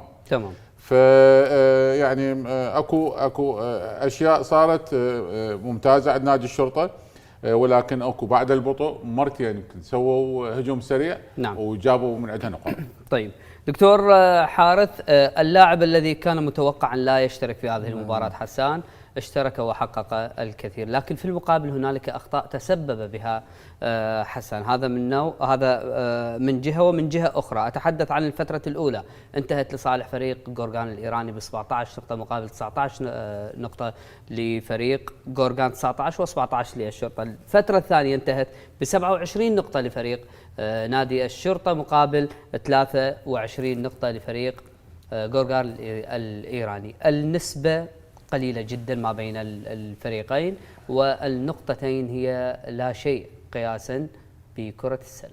لا سؤالين أمام حضرتك. بالبداية لازم نبارك هذه النتيجة لنادي الشرطة. نعم. اللي احنا ما كنا نتوقعها لا قبل المباراة ولا حتى بالاستوديو التحليلي من تحدثنا يعني. نعم. يجب أن نرفع القبعة على اللاعب حسان علي، لأن أنا أعرف كل زين، متأكد وأنا قريب على نادي الشرطة وعلى المسؤولين في نادي الشرطة، أنه هو إلى حد يمكن اليوم الصبح يلا تمرن وحدة تدريبية واحدة. وهو مبين من حركته بدا يتحامل على إصابته. يعني مو بصراحة مو ال 12 نقطة اللي حطها اللي 4 ثلاثات اللي هي في وقتها كان يعني مؤثرة بفريقه، ولكن أنه لاعب يتحامل على إصابة، واحتمال هذا إذا لا سامح الله حدث إصابة أثناء المباراة يمكن تمنعه من اللعب في المربع الذهبي لفريقه يعني. فاحنا نعرف اكو بعض اللاعبين عندهم الدافع والغيره انه يدافع عن الوان فريقه، فهذه نقطه مهمه. اما بالنسبه للربع الاول فمثل ما لاحظنا بدايه الربع الاول كانت مثاليه لنادي الشرطه، تفوق بالبدايه ب 11-6. سرعان ما اجرى تبديل المدرب غسان، اشرك محمد صلاح. طبعا هو خياراته، بس يعني كان التغيير ما اعرف يعني على شنو استند انه غير رد. نعم. تفوق بها غورغان مثل ما ذكرت بالبدايه الاستوديو التحليلي. قلت اذا احنا لعبنا مان تو مان مغلق راح تكون يعني الكفه لنا، وبالفعل هذا حدث. يعني انه صبروا، انه صحيح هم حطوا 3 بوينت 3 نقاط، ولكن بنسب مغايره عن ايران. كان مجدي بالربع الاول بالضبط، يعني بالربع كان مجدي جدا. نعم. حتى في الربع الثاني يعني نلاحظ مثلا دا يهدف وحده يضيع 2 3، هذا ما كان موجود في ايران. نعم. اللاعب والشيري يعني كان اليوم غير جيد، سيء، تهديفاته البعيده غير متقنه. نعم. اكثر من حاله انفراده ويا السله ما حققها بسبب الدفاع الملموم او خلينا نقول نسميه كلوز مان تو مان قريب. نادي الشرطه مثل ما ذكر دكتور سلوان يحتاج الى الانتقال السريع اللي بعدنا احنا لاحظنا حسين هذه 4-5 هجمات هو ينتقل الكره ومو شغله. نعم. يفتقد نادي الشرطه فقط الى مركز صانع اللعب. لو كان يعني عنده لاعب بمركز صانع لعب صريح، نعم، كان الفريق يكون افضل في القياده، ولكن مع هذا هم متواجدين وجهود يعني جيده كانت في الربع الاول والثاني. طيب دكتور سلوان، خلينا نتحدث نسبيا على التو بوينت بالنسبه لفريق الشرطه. اتى ب 60% مقابل 43% لفريق غورغان. الثري بوينت 53% لفريق نادي الشرطه مقابل 35% لفريق نادي غورغان الإيراني. يتحدث على التيرن اوفر 8 لفريق الشرطة مقابل 4 لفريق غورغان الإيراني. كل الأرقام كل النسب تميل لفريق الشرطة كله. نعم. ولكن النسب الأخرى المؤثرة جدا اللي هي مثلا يعني بوينت فروم تيرن اوفر، يعني اللي هو النقاط اللي حثت من جراء التيرن اوفر. يعني 23 نقطة للفريق الإيراني. نعم. مقابل 14 نقطة للفريق العراقي. يعني لو انه الدفاع من الشرطة هو دا يتعب ودا يقطع الكرات، ولكن نعم. فقط 14 نقطة حصل مقابل 23. الفاست بريك 17 نقطة محصل الفريق الإيراني مقابل 15 نقطة. السكند شانس اللي يتكلم عليها دكتور حارث، نعم، 17 مقابل 9، وهذا يعني فشي كلش مؤثر وكلش مثل ما أنا قلت محبط انه انت تحصل 17 نقطة من السكند شانس. نعم. يعني انت المفروض من ترمي الكرة 90% هي تروح للفريق المدافع، ما تخلي الفريق المهاجم يحصل على فرصة ثانية. الأكبر من هذا كليته أنه اللاعبين من البنش محصلين 30 نقطة مقابل لاعبين البنش اللي من الشرطة محصلين 15. ومعناته لاعبين الاحتياط اللي موجودين عند الفريق الايراني نعم. هم افضل بضعف عن لاعبين الاحتياط موجودين عند الفريق العراقي. هذه الاحصائيات نعم. يعني لو تترجم الى المدرب في هذه العشر دقائق انا اعتقد راح يغير فكرته في الشوط الثاني، ولكن ما اعتقد في فريق الشرطه او اي واحد في الفرق العراقيه ينطوهم الورقه مال الاحصاء. نعم. ولكن ما حد يدير بال، يعني ما حد يدير ما بال يطلع الورقه مال عليها الاحصاء الانيه اللي ينطيهم اياه، يخليها على صفحه، ينطيها المساعد المدرب، ينطيها الاداري، عود بعدين بعد يروحون المباراة بس فقط يطلع على عليها. السكورات. نعم. ولكن هذه تسوي لك طريقه اللعب، ليش دا نخسر وليش دا يغلب الفريق. طيب دكتور حارث، خلينا نتحدث على الاسيست. 11 مقابل 8 بالنسبه لفريق الشرطه، و11 للشرطه و8 لجورغان. اتحدث على الفري ثروس 71 مقابل 50% لفريق نادي جورغان. طبعا كيف ترى هذه الاحصائيات؟ الاسس دائما ينطي انطباع للعب الجماعي. نعم.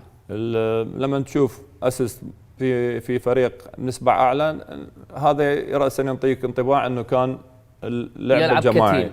انا طيب. اشوف انه الشرطه لعب بجماعيه، ولكن جورغان لعب بجماعيه ولكن بدون انهاء صحيح.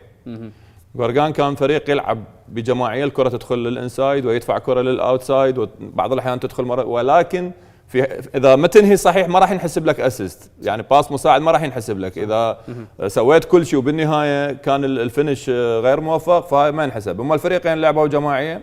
نادي الشرطه اليوم مباراته افضل بكثير من السابقه، ولكن اكثر الارقام هي في صالح نادي الشرطه. مثل ما ذكرت بالرميه الحره، طبعا ملعبنا يجب ان نتفوق. نعم. يجب ان نتفوق، ولكن عندك ال 3 بوينت 53%، عندك بال 2 بوينت 60%، مقارنة ب 35% إلى 43% من فريق جورغان. هذه النسب عالية. نعم. يجب أن يكون الفارق أعلى. يعني لما نتباوع هذه النسب العالية يجب أن يكون الفارق أكثر من نقطتين. أكثر من نقطتين، صحيح. بالفعل، يعني احنا هاي الأرقام هسه شفناها كانت معكوسة، صحيح لو لا؟ نعم. لاحظنا فارق 38 نقطة بالنسبة لجورغان. نعم. يجب أن يكون مع هكذا نسب. أنا عندي 53% نسبة كلش عالية بال3 بوينت وحتى بال2 بوينت. يجب أن أتفوق، يجب أن أعتني أكثر. مثل ما ذكر دكتور سلوان، يجب أن أكون أقوى بالدفاع، أنتقل، أستغل الأخطاء اللي يوقع بها الفريق الإيراني وأحولها إلى نقاط.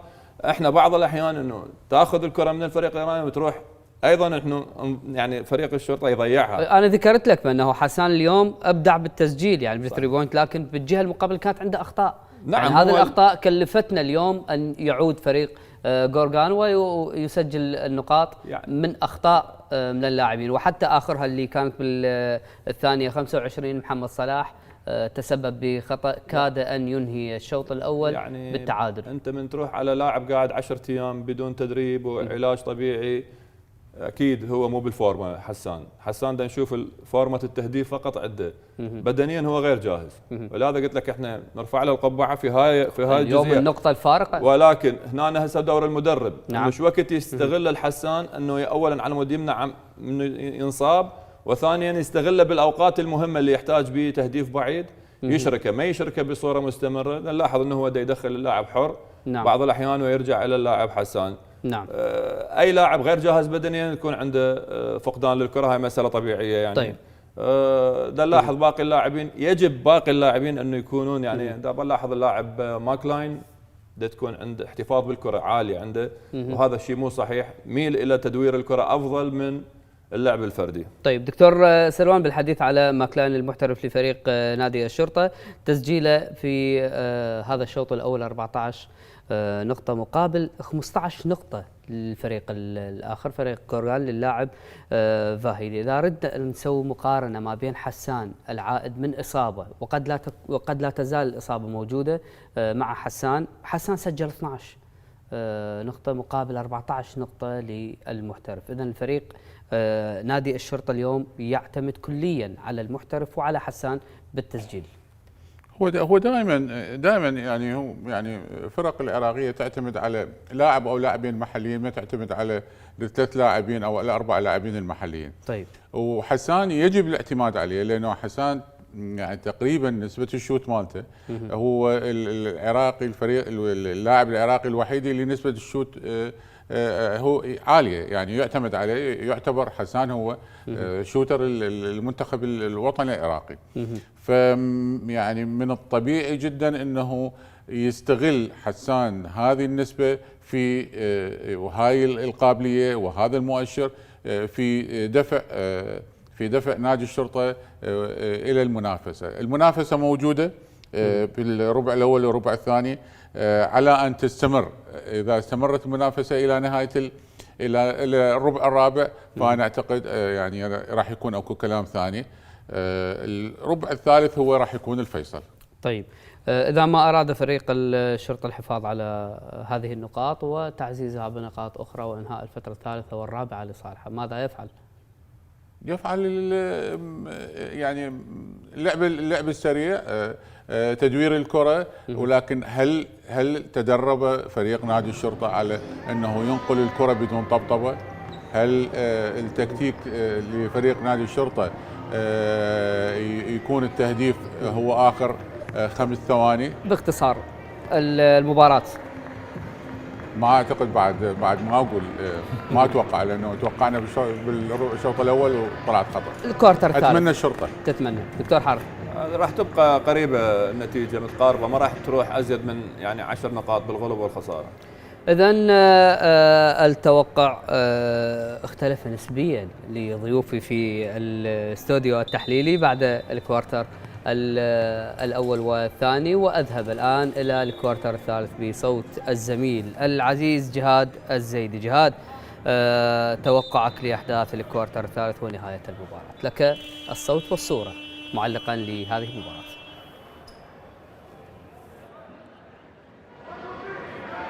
شكرا مرة أخرى للزميل عهد فالح، وهذه عودة إلى أرض الملعب وتكملة لقاء فريقي الشرطة العراقي أمام فريق غورغان الإيراني ضمن بطولة سوبر أندية غرب آسيا بكرة السلة، بطولة وصل.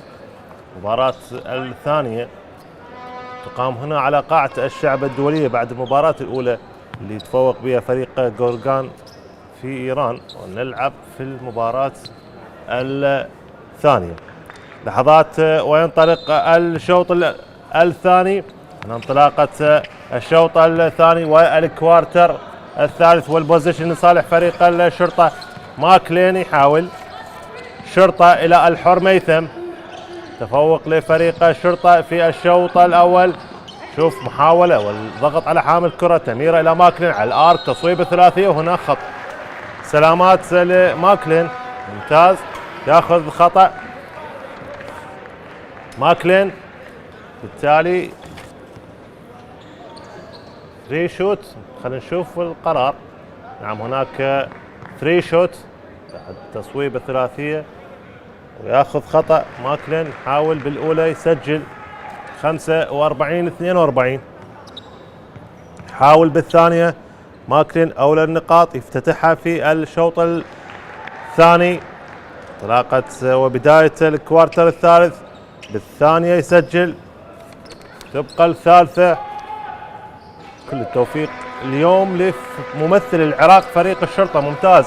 ماكلين بالعلامة الكاملة يسجل 3 بوينت من رميات الحرة. على العموم شيري غورغان يحاول تميرة إلى اللاعب أرسلان كاظمي، كاظمي يحاول بالإنسايد، ممتازة اللاعب حسين هادي. خلينا نشوف القرار، هناك خطأ على حسين، بالتالي تبقى الحيازة لصالح فريق غورغان. هذا محمد حسن البحريني، ها شوف القرار، هناك خطأ على اللاعب حسين هادي. هناك حديث بين الطاقم والتحكيمي لهذه المباراة، الطاقم تحكيمي دولي محمد حسن من البحرين وعصام السيابي من اليمن وثابت فادي من لبنان. خلينا نشوف القرار. هل هناك نعم كرة في الخارج تبقى الحيازة لصالح فريق جورجان. كرة في البيس لاين عند اللاعب محمد سينا وحيدي. وحيدي محاولة من تحت السلة يحاول، ممتاز علي مؤيد في المتابعة، تعود سريعة إلى ماكلين. ماكلين يحاول الشرطة على الارك، تصويبة ثلاثية يحاول، ولكن حاول بها لاعب فريق جورجان ارسلان كاظمي. تعود بوزيشن لصالح فريق جورجان. هناك خطأ على ماكلين. محمد سينا وحيدي ياخذ خطأ، بالتالي تبقى الحيازة لصالح فريق جورجان. هذا محمد سينا وحيدي حاول، وخطأ على اللاعب ماكلين. كرة إلى الخارج تبقى الحيازة لصالح فريق جورجان. باقي 12 ثانية على زمن الهجمة. كرة في السايد لاين عند اللاعب نافذ رضا إلى اللاعب أرسلان كاظمي. رضا حاول، ممكن في التمرير وممتازة حسين هادي في الستيل. تعود الفاست بريك السريع ماكلين. الشرطة تمريرة إلى علي مؤيد، إلى الحر ميثم. حسين إلى جراهام يحاول القطع، دوران ممكن التصويبة وبلوك شوت من جانب دفاعات فريق جورجان. شوف الفاست بريك السريع، شيري يحاول يقطع ويسجل في الباك بورد، بالتالي نقطتين لصالح فريق جورجان. شرطة بوزيشن لصالح فريق الشرطة. حسين هادي، حسين تمريرة إلى ماكلين. علي مؤيد يحاول، ولكن هناك خطأ وتو شوت لصالح علي مؤيد. الشرطة 47-44 والأفضلية للشرطة في التو شوت. خطأ صار خطأين على فريق جورجان وخطأ على فريق الشرطة. علي مؤيد، حسان علي عبد الله بالبنج، العاد من إصابة. علي مؤيد ما سجل الأولى. علي مؤيد حاول بالثانية. علي مؤيد حاول بالثانية، ممتاز يسجل، ممتاز علي مؤيد. 48-44 فارق 4 لصالح فريق الشرطة. ممثل العراق الشرطة شيري يحاول تميرة جانب الآخر، محاول على الآرك، تصويبة ثلاثية تسجل، ممتاز جدا، يسجل ثلاثية جميلة للاعب محمد سينا وحيدي. أول ثلاثيات الشوط الثاني. ماكلين، شرطة، علي مؤيد يحاول محاولة على الآرك، تصوير. الله الله الله على علي مؤيد، يردها بثلاثية ولا أروع، ممتاز جدا. ونقطتين. خلينا نشوف جورجان 51-47. شوف التمريرات، يحاول وحيدي، ممتاز في البلوك، فاست بريك السريع، الحر يحاول يصوب، ممتاز يسجل اللاعب الحر ميثم 2 بوينت ممتازة 53-47. جورجان ويل شيري، ما شفنا هذا اللاعب، محاولة في الكورنر على 3 بوينت المتابعة، ولكن الكرة إلى الخارج، الكرة إلى الخارج. مطالبة من اللاعب منجي، سالار منجي الواضح أمامنا بالصورة، مطالبة بنظام الإعادة، ولكن تبقى الحيازة تعود لصالح فريق جورجان. تمرير كاظمي إلى محمد سينا وحيدي، محاولة القطع والدخول ويسجل، يسجل بشكل سهل جدا اللاعب محمد سينا وحيدي 53-49. حر ميثم إلى حسين هادي، حسين إلى علي مؤيد، علي إلى ماكلين، شرطة حاول ماكلين، تميرة محاولة على الآرك، تصويب الثلاثية، ولكن أقرب إلى فريق جورجان. هناك خطأ بالسلامة للاعب محترف فريق جورجان، بيرسونال فاول على اللاعب حسين هادي. بالمناسبة هذا اللاعب محترف فريق جورجان. المباراة الأولى قدم مباراة ولا أروع. اليوم مستواه أكيد متراجع أو ما شفنا هذا اللاعب عكس المباراة الأولى. على العموم ويل شيري تمرير إلى كاظمي. محمد سينا وحيدي مرة ثانية ممتاز. ترنوفر على فريق جورجان. فرصة للشرطة. ماكلين محاولة على الارك. جراهام حاول تمريرة حلوة ممتاز جدا. اسيست ولا اروع. وبالفينش يكملها اللاعب ماكلين ويتقدم الشرطة. افضل 55-49 فارق 6. يعود مرة ثانية محاولة تمريرة مرة ثانية. ارسلان كاظمي الى نافيد رضا. مرة ثالثة سالار منجي. ممتازة الشرطة على الارك. تصويبة يحاول واقرب ممتازة. لا حسين هادي فاست بريك السريع حلوة للشرطة. تميرة جراهام يحاول تميرة حلوة. حسين هادي يسجل اللاعب حسين هاجي 2 بوينت ناجحة وياخذ العدوان. حلوة للاعب حسين هادي. حلوة للشرطة. خلينا نشوف القرار. حسين هادي يسجل 2 بوينت ناجحة وياخذ العدوان. حلوة للشرطة وحلوة للاعب حسين هادي. ممتاز جدا في اللقطة الأخيرة. وعندنا هنا وقت مستقطع. عندنا الآن وقت مستقطع.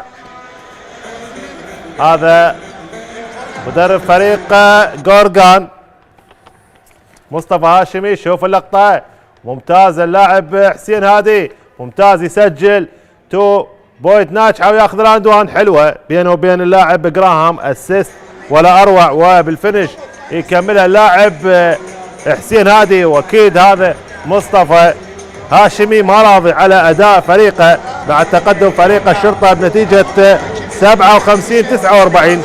باقي 5 دقائق و28 ثانية على نهاية الكوارتر الثالث. احبتي مشاهدي قناة العراقية السريالية في كل مكان. ومباراة مهمة التي تجمع فريق الشرطة ممثل العراق امام فريق جورجان الايراني. المباراة الثانية وحسين هادي ممتاز. اكيد الحديث بينه وبين زميله اللاعب ماكلين. هناك تفاهم كبير. والان اداء الشرطة في تصاعد. افضل فريق الشرطة عليه ان يستغل هذا التقدم وايضا الدفاع القوي وان شاء الله الفوز لفريق الشرطة. حسين هادي يحاول بالاند وان ما سجل. على العموم عود البوزيشن لصالح فريق جورجان. محمد سينا وحيدي. محمد الى اللاعب ارسلان كاظمي. ارسلان الى سالار منجي. ممتاز. ترنوفر على فريق جورجان. محاولة دانك جميل للاعب جراهام يسجل 2 بوينت ناجحة. 2 بوينت ناجحة ولا اروع. وهذا الدانك ممتاز ويعطي جرعة معنوية لفريق الشرطة. محاولة من جانب لاعب فريق جورجان امير علي يسجل 2 بوينت ناجحة 59-51. حلوة للشرطة. الحر ميثم. الحر يحاول. الحر ميثم. هناك ترنوفر على فريق الشرطة. مخالفة المشي بالكرة الووكينج. بالتالي يعود البوزيشن لصالح فريق جورجان. يلا يا شباب يلا يا الشرطة. فريق جورجان ابعد النفط عن المنافسة. حسان علي عبد الله يشترك الان بديلا من الحر ميثم. حسان علي عبد الله. محمد سينا وحيدي. محمد يحاول يقطع التمرير. محاولة ارسلان كاظمي. متابعة من تحت السلة ممتازة. اللاعب جراهام.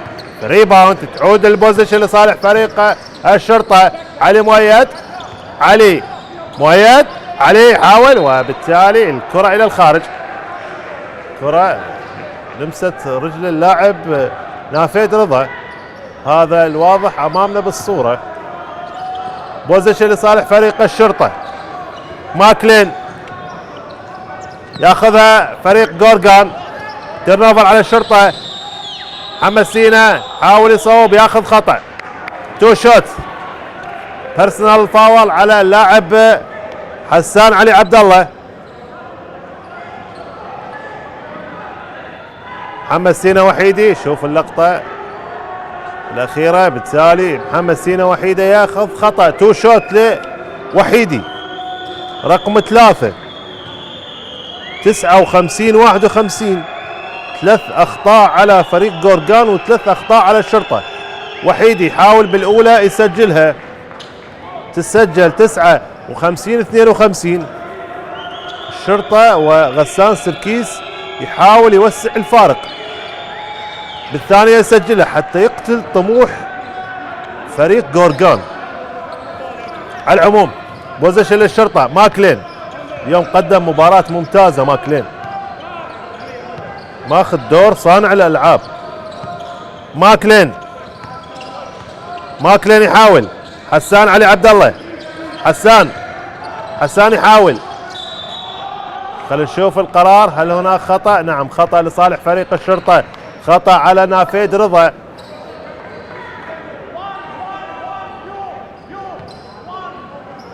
كرة في السايد لاين، يبقى البوزيشن لصالح فريق الشرطه. اي خطا على فريق جورجان مباشره. تو شوت.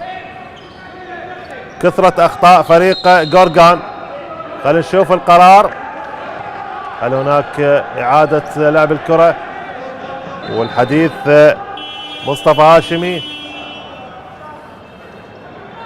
هناك تغيير، دخول اللاعب سالار منجي رقم 15. نعم هناك خطأ وتو شوت لصالح فريق الشرطة.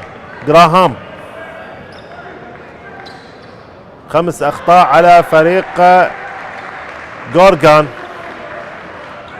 جراهام ممتاز يسجل الاولى 60 53. صار فارق 7. باقي 3 دقائق و45 ثانية على نهاية الكوارتر الثالث. جراهام بالثانية ما سجلها. ممتاز علي مويد في السكند شانس، يحاول حلوة لحسان علي عبد الله، يحاول تصويبه ولكن فاست بريك السريع لفريق جورجان. يحاول محاولة وهناك خطأ، او هناك تيرن اوفر على فريق جورجان. مخالفة الووكينج على اللاعب امير علي. امير يرتكب التيرن اوفر. يعود البوزيشن للشرطة. ماكلين يحاول. ماكلين محاولة. ماكلين حاول يصوب ولكن اقرب للاعب سالار منجي. فاست بريك السريع على الارك، ممكن الكورنر يسجل 3 بوينت ناجحه للاعب محمد سينا وحيدي. لونج باص ودانك جميل للاعب ماكلين، ممتاز جدا، قراءة ولا اروع، ولعب بشكل سريع من جانب فريق الشرطه. تعويض خساره الكره 62 56. مباراة راحت بشكل اسرع. هناك خطأ على فريق الشرطة، بالتالي الشرطة اي خطأ راح يكون عليه تو شوت. شوف الفاست بريك السريع ودانك جميل من قبل لاعب ماكلين. 62 56. اي خطأ على اي فريق مباشرة تو شوت. شرطة. ماكلين يحاول محاولة القطع والدخول وبلوك شوت ممتاز من قبل لاعب سالار منجي. فاست بريك السريع، محاولة وبرد ولا اروع من قبل اللاعب جراهام. بلوك ممتاز من قبل لاعب جراهام للمرة الثانية، ممتاز. يعود سين هادي. سين شرطة اوبن شوت على الارك 3 بوينت، يحاول مرة ثانية ممتاز. ماكلين من تحت السلة يسجل اللاعب ماكلين، ممتاز جدا في المتابعة من تحت السلة. شوف حاول بها امير علي وجراهام، ممتاز. بلوك شوت وقطع ولا اروع في اللقطة الأخيرة. يطمئن أيضا على سلامة اللاعب، ممتاز. بالتالي عندنا وقت مستقطع الآن، وقت مستقطع. هناك تغيير. جراهام هل هناك جهد على هذا اللاعب؟ تغيير ايضا، محمد يوسف راح يشترك. محمد يوسف بديلا عن سالار منجي، هذا رقم 66. 64 56 فارق 8. بوزيشن لفريق جورجان. حاول نافذ رضا. محمد سينا وحيدي. امير علي يحاول.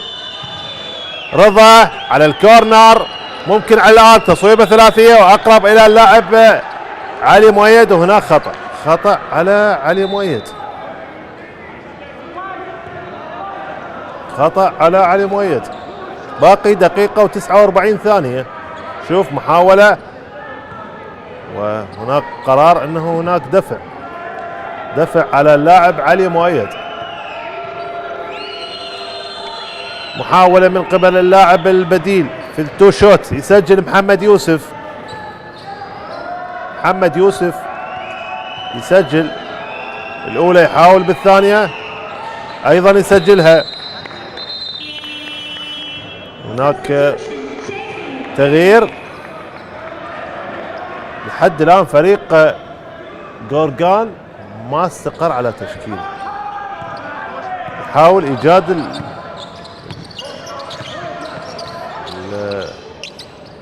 نقاط الضعف بالتالي والاستقرار على الأقل تعديل النتيجة. علي مؤيد الشرطة، محاولة ماكلين. محمد صلاح يحاول وخطأ. ممتاز، محمد صلاح ياخذ خطأ بيرسونال فاول على أرسلان كاظمي.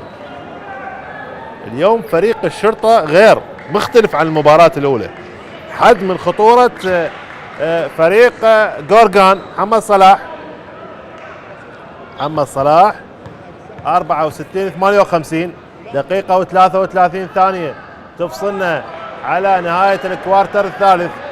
محمد صلاح الأولى ما سجلها. يلا يا محمد صلاح حاول الثانية ممتازة، سجلها. 65 58 وحيدي إلى كاظمي. مبين شيخي بديل. مبين محمد يوسف. أمير علي. وحيدي. جورجان يحاول التمريرة. محمد يوسف ممتاز للشرطة. دفاعات حلوة للشرطة. تيرنوفر على فريق جورجان. ماكلين ممكن علي مؤيد بالميدل شوت يصوب كرة ايربول، ولكن تعود لصالح فريق جورجان. محاولة تيرنوفر على فريق جورجان. عليه الشرطة أن يستغل هذه الأخطاء. هذا أمير علي. الشرطة عليه أن يستغل أخطاء فريق جورجان. ممتاز جدا الشرطة لحد الآن، عليه أن يستثمر الأخطاء ويترجمها إلى نقاط. 65 58 فارق 7. ماكلين شرطة. حسان علي عبد الله. حسان علي عبد الله إلى علي مؤيد. حسان مرة ثانية. حسان يحاول على الآرك تصويبه، ولكن كرة ايربول ممتازة. حسين هادي ولا أروع. حلوة لحسين هادي، قراءة ومتابعة من تحت السلة، يسجل 2 بوينت ناجحة. تعود جورجان. وحيدي تمرير. كاظمي على الآرك، ممكن في الكورنر تصويبة ثلاثية، يحاول وأقرب ممتازة إلى اللاعب حسين هادي. السلامة. لونج باس. ماكلين يحاول. حلوة للاعب محمد صلاح. وخلينا نشوف القرار، هل احتسبت الكرة أم لا. شوف اللقطة الأخيرة، حاول بالشو تايم بينه وبين محمد صلاح، هل هناك احتسبت الكرة أم لا. شوف قرار ما احتسبت الكرة.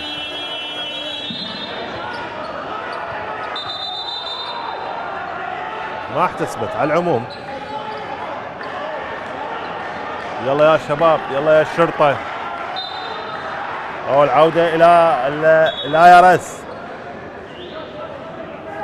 العودة إلى تقنية الآيرس، نظام الإعادة. هل تحتسب صلة محمد صلاح. خلينا نشوف القرار، شوف اللقطة. حاول محمد صلاح أحمد علي حكمنا الدولي على تقنية الآرس. خلينا نشوف القرار.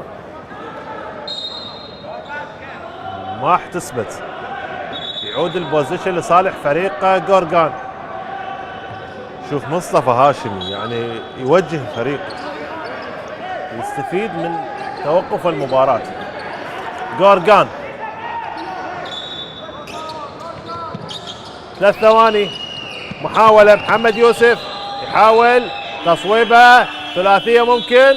وهنا أحبتي مشاهدي قناة العراقية السريالية نهاية الكوارتر الثالث بتقدم فريق الشرطة على فريق جورجان. استراحة قصيرة ونعود وإياكم لإكمال أحداث المباراة.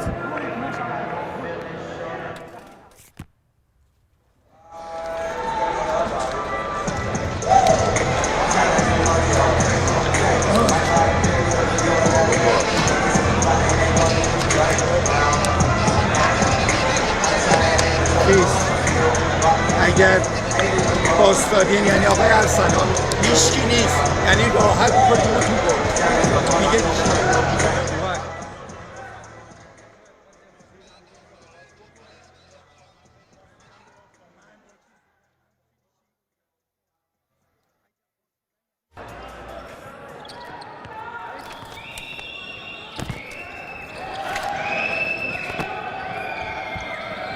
نعود وياكم احبتي مشاهدي العراقيه السرياليه لتكمله احداث مباراه فريقي الشرطه وفريق جورجان. وهنا بدايه للكوارتر الرابع والاخير وثلاثيه من قبل اللاعب نافيد رضا لاعب فريق جورجان، وبالتالي النتيجه 67-61.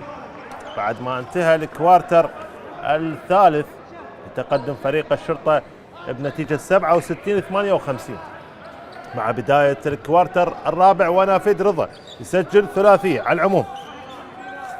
بوزيشن لصالح فريق الشرطة. ماكلين شرطة ممتاز، يحاول بالانسايد يقطع، يحاول يصوب ولكن أقرب. ريباوند من قبل اللاعب محمد يوسف، محاول انطلاقة سريعة ويصوب وهناك ياخذ خطأ. خلينا نشوف القرار، هل هناك مخالفة؟ نعم مخالفة، تيرنوفر على فريق جورجان. مخالفة الووكينج المشي على اللاعب مبين شيخي. جراهام حسان علي عبد الله. شرطة يحاول، حسان علي عبد الله يحاول يقطع، تميرة الى ماكلين على الارك ممكن. علي مؤيد يقطع مرة، يحاول ولكن اقرب، والى اللاعب ارسلان كاظمي يحاول التمير. كاظمي موه بشكل سهل وبالباك بورد يسجل ايزي باسكت. بالتالي النتيجة 67-63. اذا خسرها اتوقع هذه السلة وسجلها فريق جورجان، غسان سركيس راح يطلب وقت مستقطع. حسان علي عبد الله شرطة ممتاز، حسان يحاول تميرة على الارك ممكن، تصويبة ثلاثية. يا عيني عليك، يا عيني على ماكلين يسجل ثلاثية جميلة. تعود نافيد رضا. جورجان مبين شيخي يحاول يقطع، تميرة الى محمد يوسف بالباك بورد يسجل تحت السلة. عليه ان ينتبه فريق الشرطة الى هذا اللاعب والى تحت السلة، يمنع وصول الكرة الى تحت السلة. ماكلين حاول، حسان علي عبد الله، حسان تميرة جراهام حلوة، تصويبة يسجل ممتاز جدا اللاعب جراهام. بالتالي 72-65 تميرة، وهناك خطأ لصالح فريق جورجان.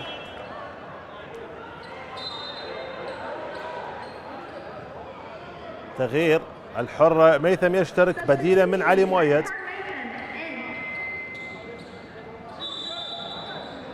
كرة في البيس لاين. جورجان يحاول، نافيد رضا على الارك، تصويبه ثلاثيه محاولة تعود في السكند شانس مرة ثانية من جانب فريق جورجان، ممكن على الارك تصويبة ثلاثية، عود مرة ثانية سكند شانس للمرة الثانية والثالثة يسجلها تسجل لصالح فريق جورجان اللاعب أرسلان كاظمي.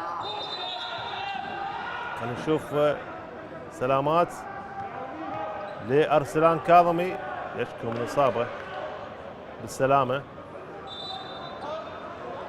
72-67 فارق صار 5، باقي 7 دقائق وثانية واحدة على نهاية الكوارتر الرابع والمباراة.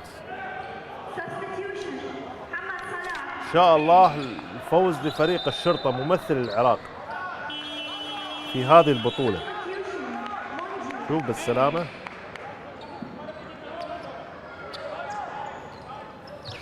يبقى البوزيشن لصالح فريق الشرطة. حسان علي عبد الله، حسان يحاول، شرطة جراهام، تميرة محمد صلاح يموه، محمد يخسر الكرة، محمد صلاح تمير ترنوفر على الشرطة، تميرة إلى اللاعب نافيت رضا يسجل بالباكورد، يسجل في الباكورد. 72-69 فارق 3. محمد صلاح، محمد هناك خطأ على اللاعب سالار منجي، هذا اليمني عصام السيابي. كرة في السايد لاين. بدأ فريق جورجان يلعب مان تو مان بالدفاع. ماكلين، شرطة يحاول إلى الحر على الارك، تصويبة ثلاثية جميلة للاعب الحر ميثم، بالتالي 75-69 حلوة للاعب الحر. 75-69 نافذ يحاول يقطع، حاول وخطأ على اللاعب محمد صلاح، بيرسونال فاول على محمد. هذا نافذ رضا لاعب فريق جورجان. تو شوت لرضا لاعب رقم 7. 6 دقائق و9 ثواني. بالأولى يسجلها نافذ رضا.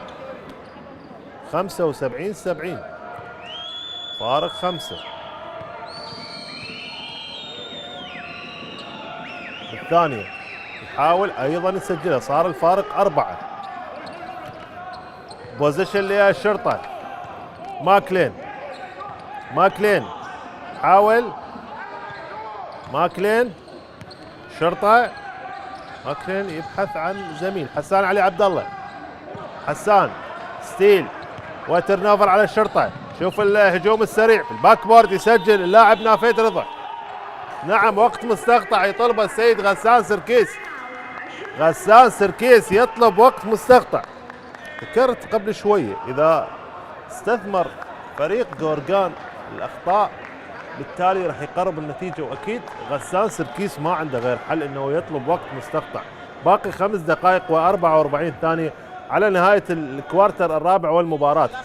لا زالت التقدم والأفضلية لصالح فريق الشرطة، وهذا غسان سركيس يوجه اللاعبين يعني أفضل فريق جورجان في الدقائق الماضية.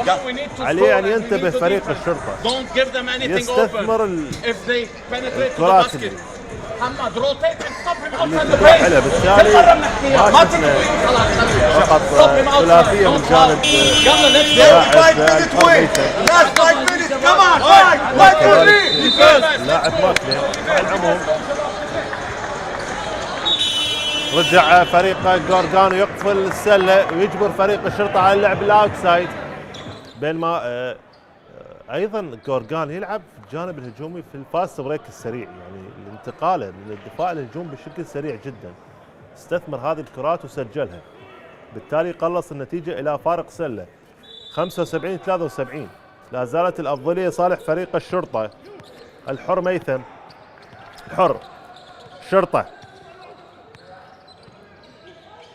شرطه يحاول الحر يبحث عن زميل، يقطع. شوف ترنوفر على الشرطة، محاولة تمريرة إلى اللاعب نافيد رضا مرة ثانية، وهذه ترنوفر أيضا على فريق جورجان.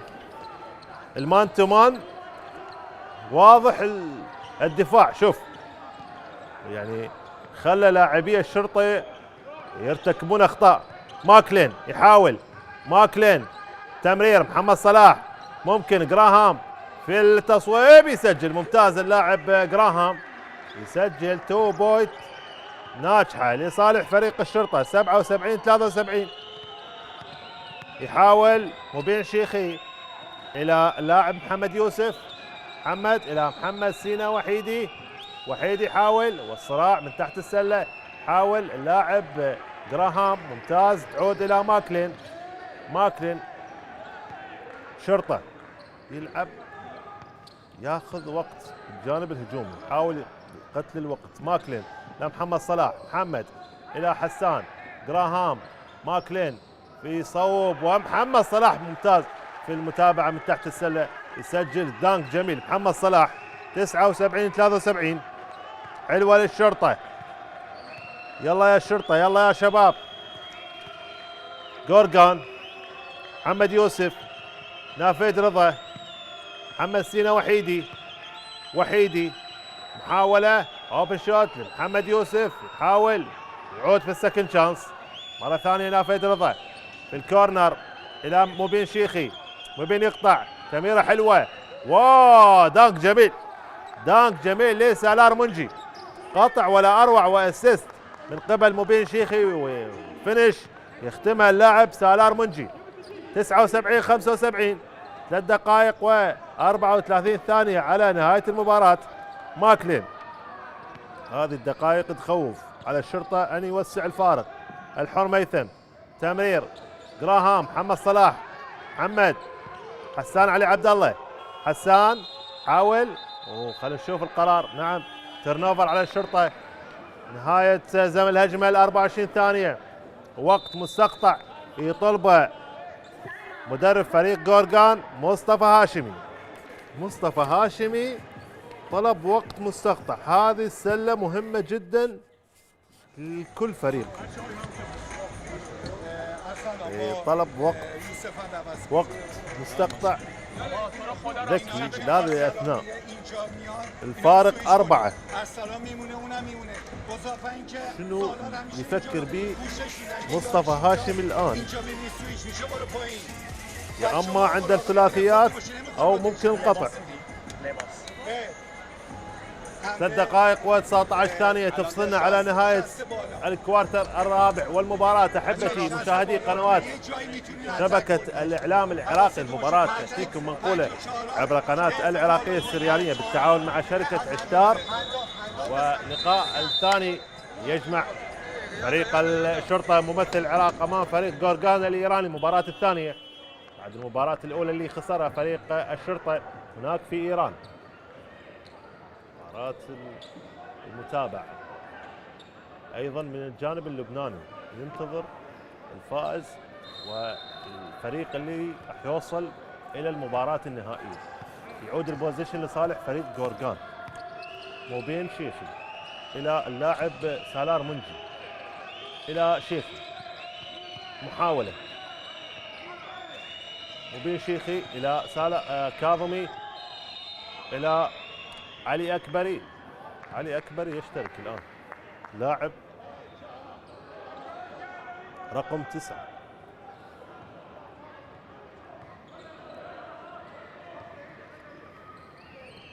محمد سينا وحيدي، وحيدي جورجان يحاول وحيدي دوران، تمريرة، محاولة ممكن على الارك، تصويبه ثلاثيه صعبه تسجل، يسجلها اللاعب مبين شيخي، ثلاثيه جميله يسجلها هذا اللاعب.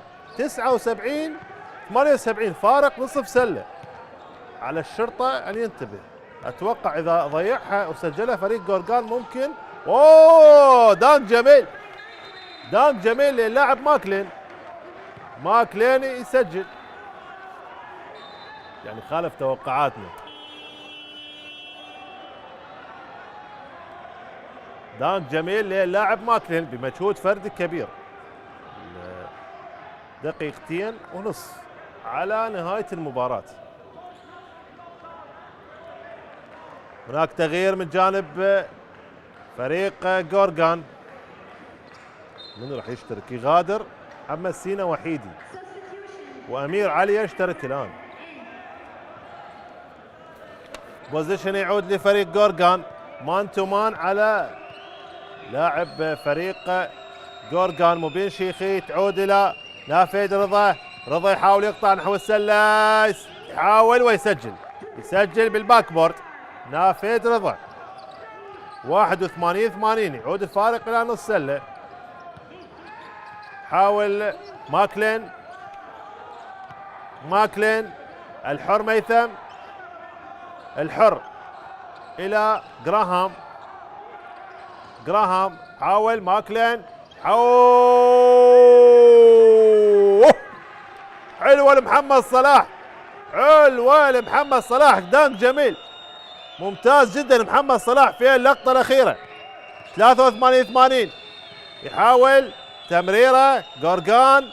نافذ رضا على الارك، تصويبة ثلاثية، ولكن خلينا نشوف الكرة إلى الخارج. يبقى البوزيشن لصالح فريق جورجان. ممتاز، حاول بها اللاعب جراهام. دقيقة و35 ثانية على أعصابنا. يا رب للشرطة. نافذ رضا يحاول. مبين شيخي مبين يحاول يمرر. نافذ رضا. جورجان. نافذ يحاول تمرير على الارك، اوبن شوت على الثري بوينت، يسجل اللاعب مبين شيخي. اوبن شوت يسجل. الان التعادل. اي خطأ راح يطلب وقت مستقطع. خلينا نشوف اي فريق راح يطلب. هسه راح نلعب على الاعصاب، نلعب على الاوقات المستقطعه. ماكلين يحاول يقطع، يحاول يصوب، واقرب الى اللاعب ارسلان كاظمي. يعود مبين شيخي الى ارسلان كاظمي. شيخي مره ثانيه يحاول. سالار منجي. شيخي منجي يصوب وخطا. هناك خطا وتو شوت لفريق جورجان. هذا مبين شيخي، هذا الواضح امامنا بالصوره. الان ممكن فرصه لفريق جورجان بالتقدم بعد ما كان الشرطه هو المتقدم. باقي 50 ثانيه. سالار منجي بالاولى يسجلها. تسجل.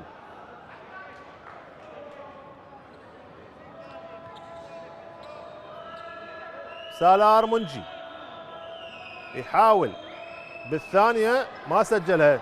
يعود بالسكند شانس من جانب فريق جورجان وياخذ خطأ وتو شوت. شنو يعمل الشرطة؟ يعني مو وقت الأخطاء الآن. أي خطأ على الشرطة مباشرة تو شوت. 49 ثانية. على العموم على المدرب أن يهدئ اللاعبين. مباراة بعدها ما انتهت والفارق نصف سلة. مبين شيخي يحاول بالأولى ما سجلت. هل راح يطلب وقت مستقطع؟ خلينا نشوف. مبين شيخي يحاول بالثانية. هل راح يشترك حسان علي عبد الله؟ ثواني أخيرة تفصلنا. ممتازة حلوة للاعب جراهام. يعود لماكلين. شرطة ماكلين يحاول يخسر الكرة. تيرنوفر على الشرطة. فاست بريك السريع. يحاول فريق جورجان. مبين شيخي. مبين شوف شلون يستثمر الوقت ويهدئ ويبني الهجمة. على العموم آخر الثواني.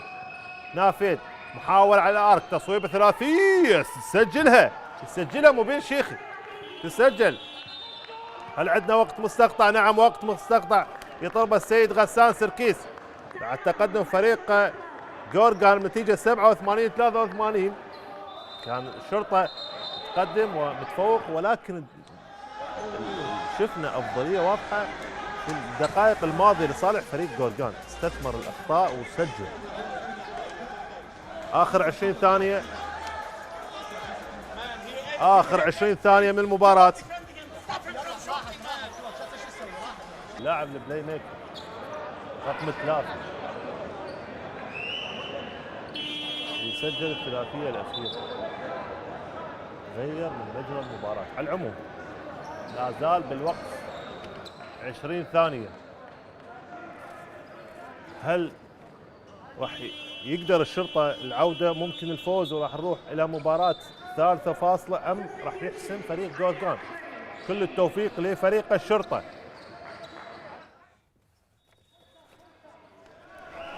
بوزيشن لصالح فريق الشرطه. هل راح نشوف ثلاثيه؟ ممكن. اكيد هناك دفاع ممكن، يعني مان تو مان من جانب لاعبي فريق جورجان، ومصطفى هاشمي على اعصابه يريد يحسم المباراه. 21 ثانيه وثلاث اجزاء الثانيه على نهايه المباراه، او 20 ثانيه. نعم 20 ثانيه، 20 ثانيه من لعبه الثواني. بوزيشن للشرطه.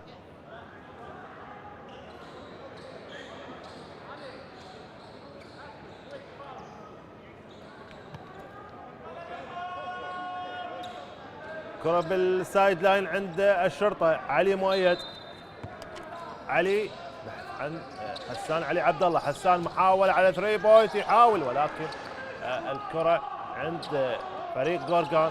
حيازة محاولة عند اللاعب علي أكبري وياخذ خطأ على حسان علي عبد الله. باقي 11 ثانية. حسان علي عبد الله يرتكب خطأ، بالتالي هناك مطالبة قبل مدرب فريق جورجان على إعادة الخطأ الأخير، نظام الإعادة وحديث حكم اللقاء، مطالبة بالخطأ المتعمد. بالتالي 2 شوت لصالح فريق جورجان.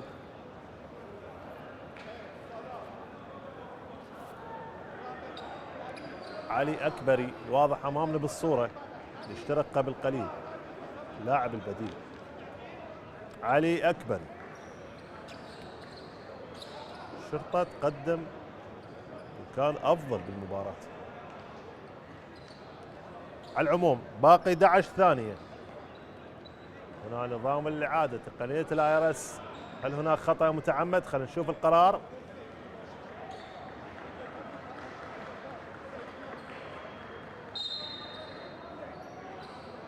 تو شوت.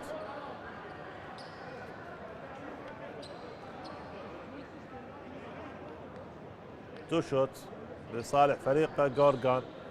خطأ شخصي، بيرسونال فاول.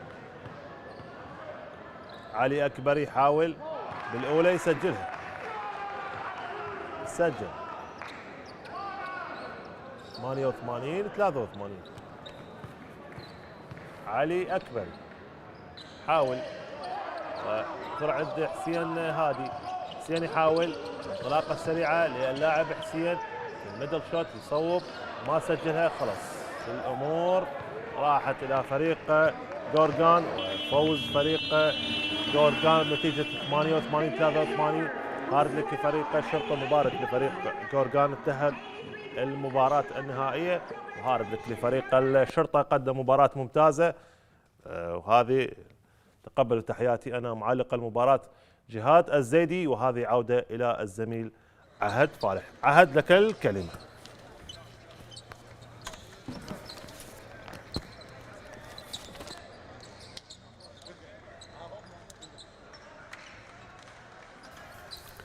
شكرا جزيلا لمعلق المباراة جهاد الزيدي لمباراة فريق نادي الشرطة أمام فريق جورجان الإيراني، والتي كان قاب قوسين أو أدنى أن يصل إلى المباراة النهائية فريق الشرطة لولا الدقائق الأخيرة التي دائما ما نتحدث عنها لفريق الشرطة.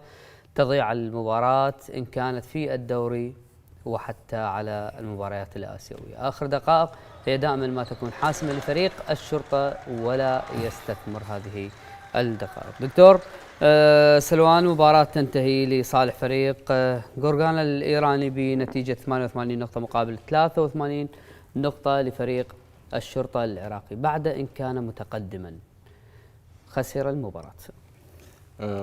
حضرتك سأل السؤال أنه كيف الفريق شو يسوي فريق الشرطة على مود يرجع للمباراة أو يأخذ المباراة. قلت لي كان الجواب أنه الدفاع العالي، الدفاع القريب، نعم. واللعب السريع، وهذا بالضبط ما عمله الفريق. نعم. وقدر يتفوق خلال الربع الثالث وإلى آخر دقيقتين من الربع الرابع. طيب. ولكن يعني الاخطاء اللي يعني هوايه اخطاء شخصيه وتيرن اوفر من لاعبين المفروض هم يكونون خبره.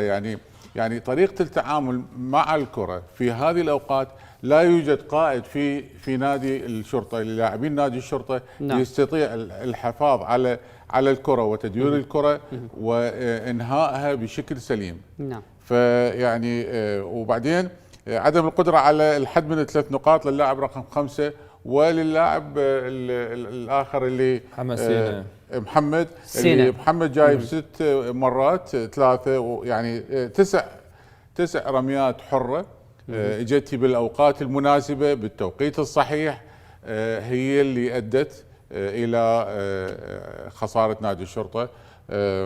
يعني هارد لك نادي الشرطة قدم في يعني مباراة أكيد تختلف عن المباراة اللي قدمها بإيران، ولكن كان المفروض يأخذ المباراة.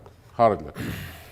دكتور حارث، خليني أتحدث على نسبيا مستوى التهديف بالنسبة لهذه المباراة. الكوارتر الأول انتهى لصالح فريق الغورغان على حساب فريق نادي الشرطة. الكوارتر الثاني كان لفريق نادي الشرطة. الكوارتر الثالث لفريق نادي الشرطة. العودة القوية جدا لفريق غورغان، يعني نشاهد 16 مقابل 23. الكوارتر الرابع 30 مقابل 16. هذه النقاط هي التي أدت إلى خسارة فريق نادي الشرطة. أتحدث على ال 3 بوينت 50 مقابل 40% وال 2 بوينت 55 مقابل 50%.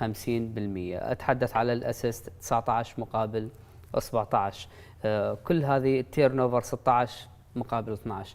إحصائية حتى وإن كانت متقاربة نسبيا، لكن هي كانت تشير إلى فريق الشرطة أفضلية. لا، هي الأرقام كلها إلى صالح نادي الشرطة. يعني نعم. بالنسبة لل2 بوينت وال3 بوينت 50 ب55 نسب عالية تعتبر. نعم. ومقابل 40 ب50 إلى غورغان. ما أعرف يعني إنه هل إنه التيرن اوفر الأربعة الفارق هي كانت فارق الخساره. يعني هي بالكلوز جيم يعني هي فرقت الاحصائيات تقل اهميتها بالضبط. يعني اكو جزئيات بسيطه بالمباراه ادت الى خساره الفريق. يعني اكو يعني بعض التبديلات اللي كانت بالنسبه لي شخصيا غير مبرره. هاي وجهه نظري، ما اعرف وجهه نظر المدرب شنو كانت. نعم. بس يعني انت بالربع الثالث ومتفوق ووصل الفارق الى 8 أو 9 نقاط وتجري والفريق مستقر، وانت الربع الثالث هو تقريبا ربع الحسم خلينا نقول. يعني نعم. كان ممكن انه تاخذ فارق اكثر. احنا ما راح نشاهد الفريق الايراني بهذا السوء ترى يعني بالمستقبل اذا واجهناهم. هذه واجهناهم مره اخرى كانت افضل وقت انه افضل يوم للفوز ننتصر عليهم.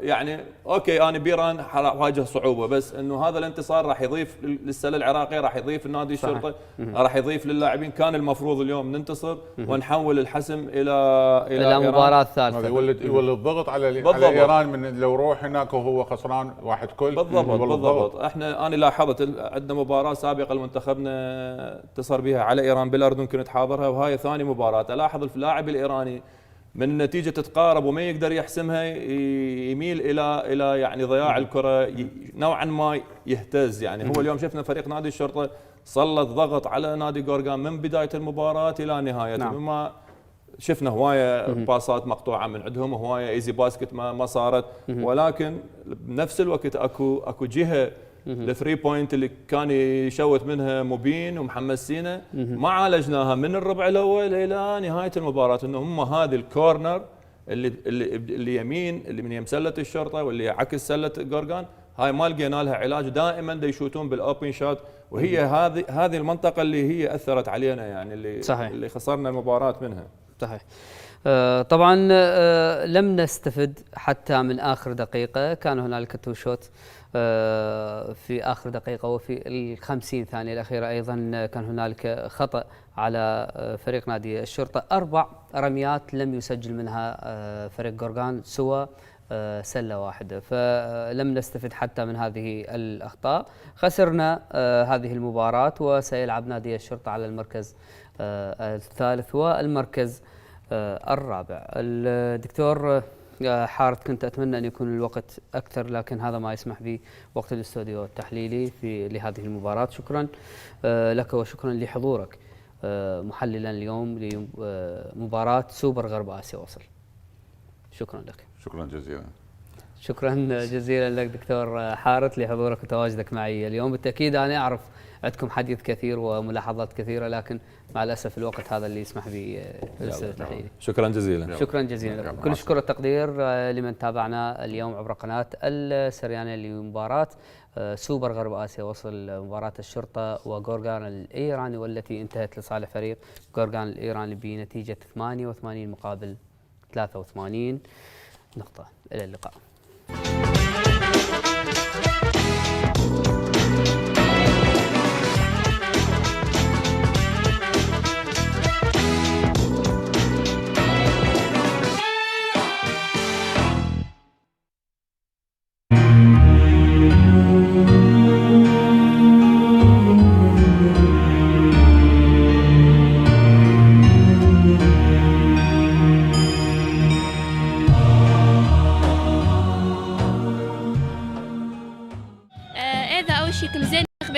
طبعا، وبعدين مزين قيادة مزاز وجود خاثم، وبعد خب بسخوثة وأذخ كليش طبعا، وإذا خبريخة وإذا كل بريخة تناشد خارج وناشد إلى بعاش القش.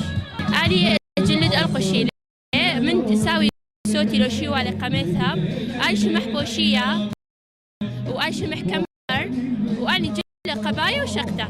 أخني لو شخوالي أني يعني ساوي صوتي شوالة بأعياد وأفراح إيمن تقوري وخثي وأخوني أو إيمن تقوري وأني ودهاخني دخل أثمن ديب جو شعني جو أي أفراح دي قاعدين لكالو خفنا مثلا كلوشيلة حلوية لكبيرة. شكرا. شلام اللوخون، أنا شمينة تالي إدمون، أنا صف الثاني متوسط، مدوما أثين كديوم يعني آخر القش، ومدوما آخر يعني ودوامي آخر، فإديو بث يوم ويوم يعني خذوثل بالنسبة طالا، فثيلا آخذ مشاركو خلي بث يوم حلوية بجلن تراثي حلوية بجلن آثرناي، فأخني رابي وصيخ وإذا خنو بريخة مقدما، وكنت شيء أخته بخاذوثة وبسخوثة وشنا يريخة كله أخني إن شاء الله. مباروخة وإدوخون وإدو كلهم شيخاية